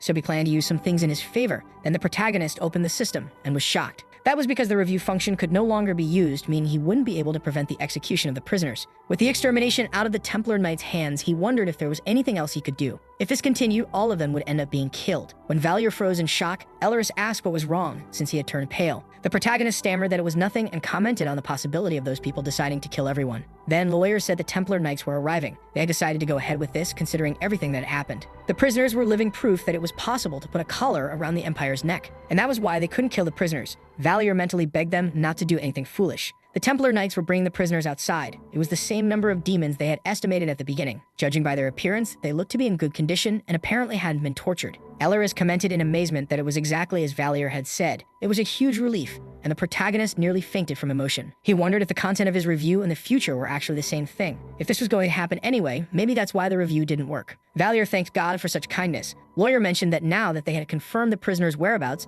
they could proceed with the teleportation portal. They had to arrive before the Templar Knights, and they ran across the rooftops toward the group. Sarkar might have some trouble, and suddenly they heard voices asking if anyone would end up discovering them. They said they just used the excuse of doing research. The problem was what those merchants had planned, monopolizing them like that and selling them in secret. Other members of the Allied forces were doing something similar, but at least they had some excuse. So no one would say anything if they managed to grab a few. Valier tried to understand what those two people were talking about. But Elleris and Lawyer remained silent. It seemed that even the Templar Knights were deeply involved in the matter. Now he understood why they wanted to wander back and forth. The Templars were supposed to be the last ones who'd want to do this. Valier wondered if he had overestimated their faith, but Adriana was still smiling, thinking she could live full of grace and belief. This time things were going well, but the reason for it was complete foolishness. Then Lawyer said the teleportation portal was there. They needed to get ready while they were still far from the Templar Knights, but before they could warn Sarkagar, a knight shouted for them to stop. He said there was a group of people hiding there using invisibility magic. They had to immediately detect the location of these unknown entities. Elleris realized they had been found using detection magic or something like it and shouted for Valier to run to the portal. The knight shouted at them as they ran across the rooftop, demanding to know who they were and ordering them to show themselves now. Now that they had been caught, Valier had no reason to hesitate. He needed to use revision, and so he told Elleris to use mass teleportation now. But he realized too late that she was casting a giant fire spell and had thrown it at the knights, who screamed in confusion. They asked who those people were capable of casting such high-level spells. Valier simply watched the chaos silently. As far as he remembered, the plan was to cause a small distraction without harming anyone along the way, all to buy time for the prisoners to pass through the portal. But it seemed like she was doing things differently. Valier wondered if Elleris was trying to wipe out the Templar Knights along with the prisoners because she was angry at them. But one thing was certain: he should never get in Elleris's way. It was clear she became terrifying when angry. One of the knights shouted for everyone not to panic and to prepare for real battle. When they heard a roar, they realized there was another enemy. There was a werewolf charging at them too. They realized it was demons attacking, and the prisoners grew nervous as they saw what was happening. Elleris told everyone not to stand still. They needed to hurry and get to the portal, and she guided the people so they could be saved. The knights yelled that the prisoners were escaping and had to be stopped, and so they prepared to retaliate and claim victory. Valier was shocked because they were veterans who had been through so much, and yet they recovered from that situation in seconds. No matter how strong Elleris and Lawyer were, the two of them couldn't handle so many attacks all at once. Everyone was stunned when a loud noise rang out. The soldiers' formation began to break, and they couldn't lower their guard. They wondered what was happening, and then saw what looked like a dragon suddenly appear out of the fire. At the border of the Kernstedt Kingdom in the Daratenis forest, they had now escaped and saved the prisoners. They had survived and identified the rescued individuals. At first, they thought they'd be sold, but now they were safe. Valier commented that he was impressed that Sarkar had become a dragon, but thanks to him, things worked out. Elleris confirmed that everyone had survived, letting out a relieved sigh from Valier, and he received a mission completed notification. He had completed the rescue of the demon prisoners. They had rescued 107 people, and he gained 5,350 points. From the state they were in, it looked like they'd been through a lot, and even though it was a bit sudden, he decided to introduce himself. So Valier introduced himself to the prisoners. Even though the previous king had died, they should now just call him Valier. Everyone bowed upon realizing the prince was alive, and among them, someone appeared shocked to see he had survived. Sarkar was surprised that the princess was alive, and Valier met a girl who had heard about him losing his memories. He couldn't remember anything, not even what he had with the girl, and he apologized for it, which surprised her. But still, she thanked him for saving her. She hadn't expected him to be alive, but she was glad he survived. Valier wondered why the princess was acting like that. Apparently, they had been a couple, or something like it. He told her he had lost all his memories in the demon realm, and honestly, he didn't wish to recover them either. So he apologized in case he had done anything to her, but the girl stammered that it was fine and it wasn't anything like that.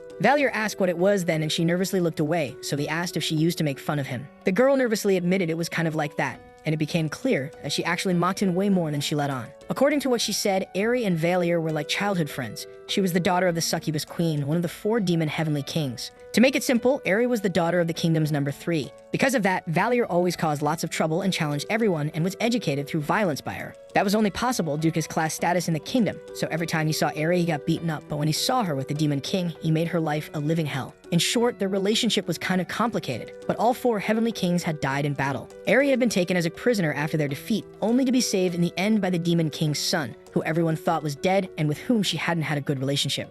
So it seemed this was a bit harder for Aerie to accept. Valier said they could leave what happened between them in the past. From the things he had said, it seemed like he really did deserve to be hit anyway, and the girl stammered, looking away. He wondered how much of a piece of crap he had been to leave her in such a state, and asked how powerful Aerie was and what abilities she had. They said humans had done some things to her, and Aerie fell silent before showing the scar on her head where they had ripped off her horn. She cried a little, telling him the humans had removed all their horns and tails and had performed other surgeries on their bodies. They destroyed everything. They even took from her body the ability to use her powers to rebel against them. Now Aerie was nothing, completely useless, and she cried apologizing because she would never be able to forget what Valier did for them. She had been so happy to repay him for what he did, but now she was totally useless and couldn't do anything, not even repay him. Aerie apologized over and over, and Valier replied that he hadn't saved them for that reason. He had no intention of using them in any way. They didn't need to apologize for that. Now they could go to the Dark Lands or anywhere else they wanted. So they didn't have to stay there with him. Now they were all free, and he said the princess had done a good job enduring things up until now. Except for 10 of them, the rest seemed to want to return to the Dark Lands, nullifying the entire war they had gone through.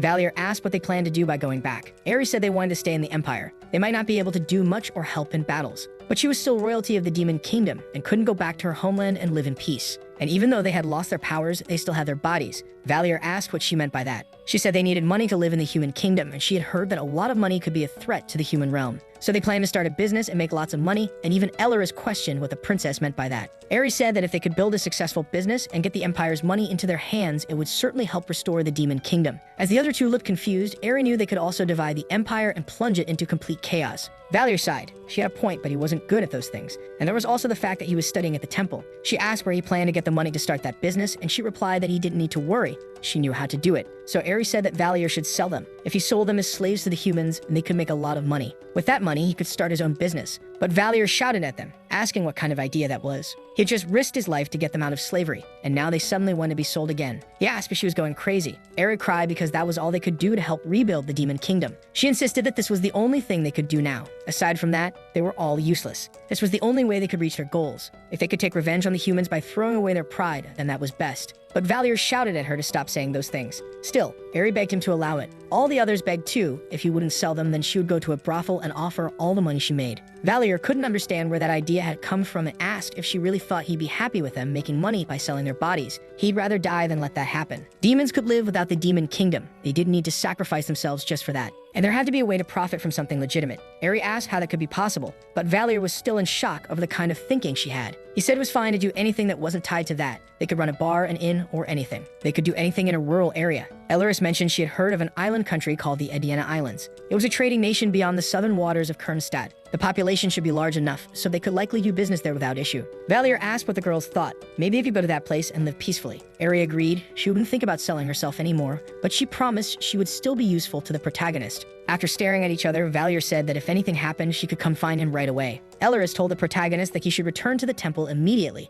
The atmosphere in the capital was going to become increasingly tense. On another day, Eppin gave a notice to all remaining students at the temple. From now on, they would no longer be allowed to leave. During the Victory Festival, a supposed terrorist attack caused by demons occurred in the imperial capital. There were no deaths, but the Templar Knights were attacked. Many saw a furious firestorm lighting up the night sky. Citizens who had gathered in the festival's central square froze when they saw it in the Victory Festival, which usually lasted a month, ended after just a few days. It was all Valier's fault. They had been attacked by demons during a festival that celebrated the demon's destruction. Meanwhile, it was reported that the prisoners had been moved and that there really had been an attempt to sell them as slaves to the Empire. The same Empire that only ever spoke of destroying the demon race. Because of that, the Empire's honor dropped to a devastating level. It hit rock bottom all because of Valier, and so he earned the achievement of ruining everything that happened and changing the main story. And the event that was supposed to happen, the kidnapping of Isidora Delphine, never took place and was erased from the story. The students couldn't believe the demons had done such a thing. It felt like the war against them still wasn't over. Ellen asked the protagonist why they had done that. She didn't understand why they fought against the Templar Knights.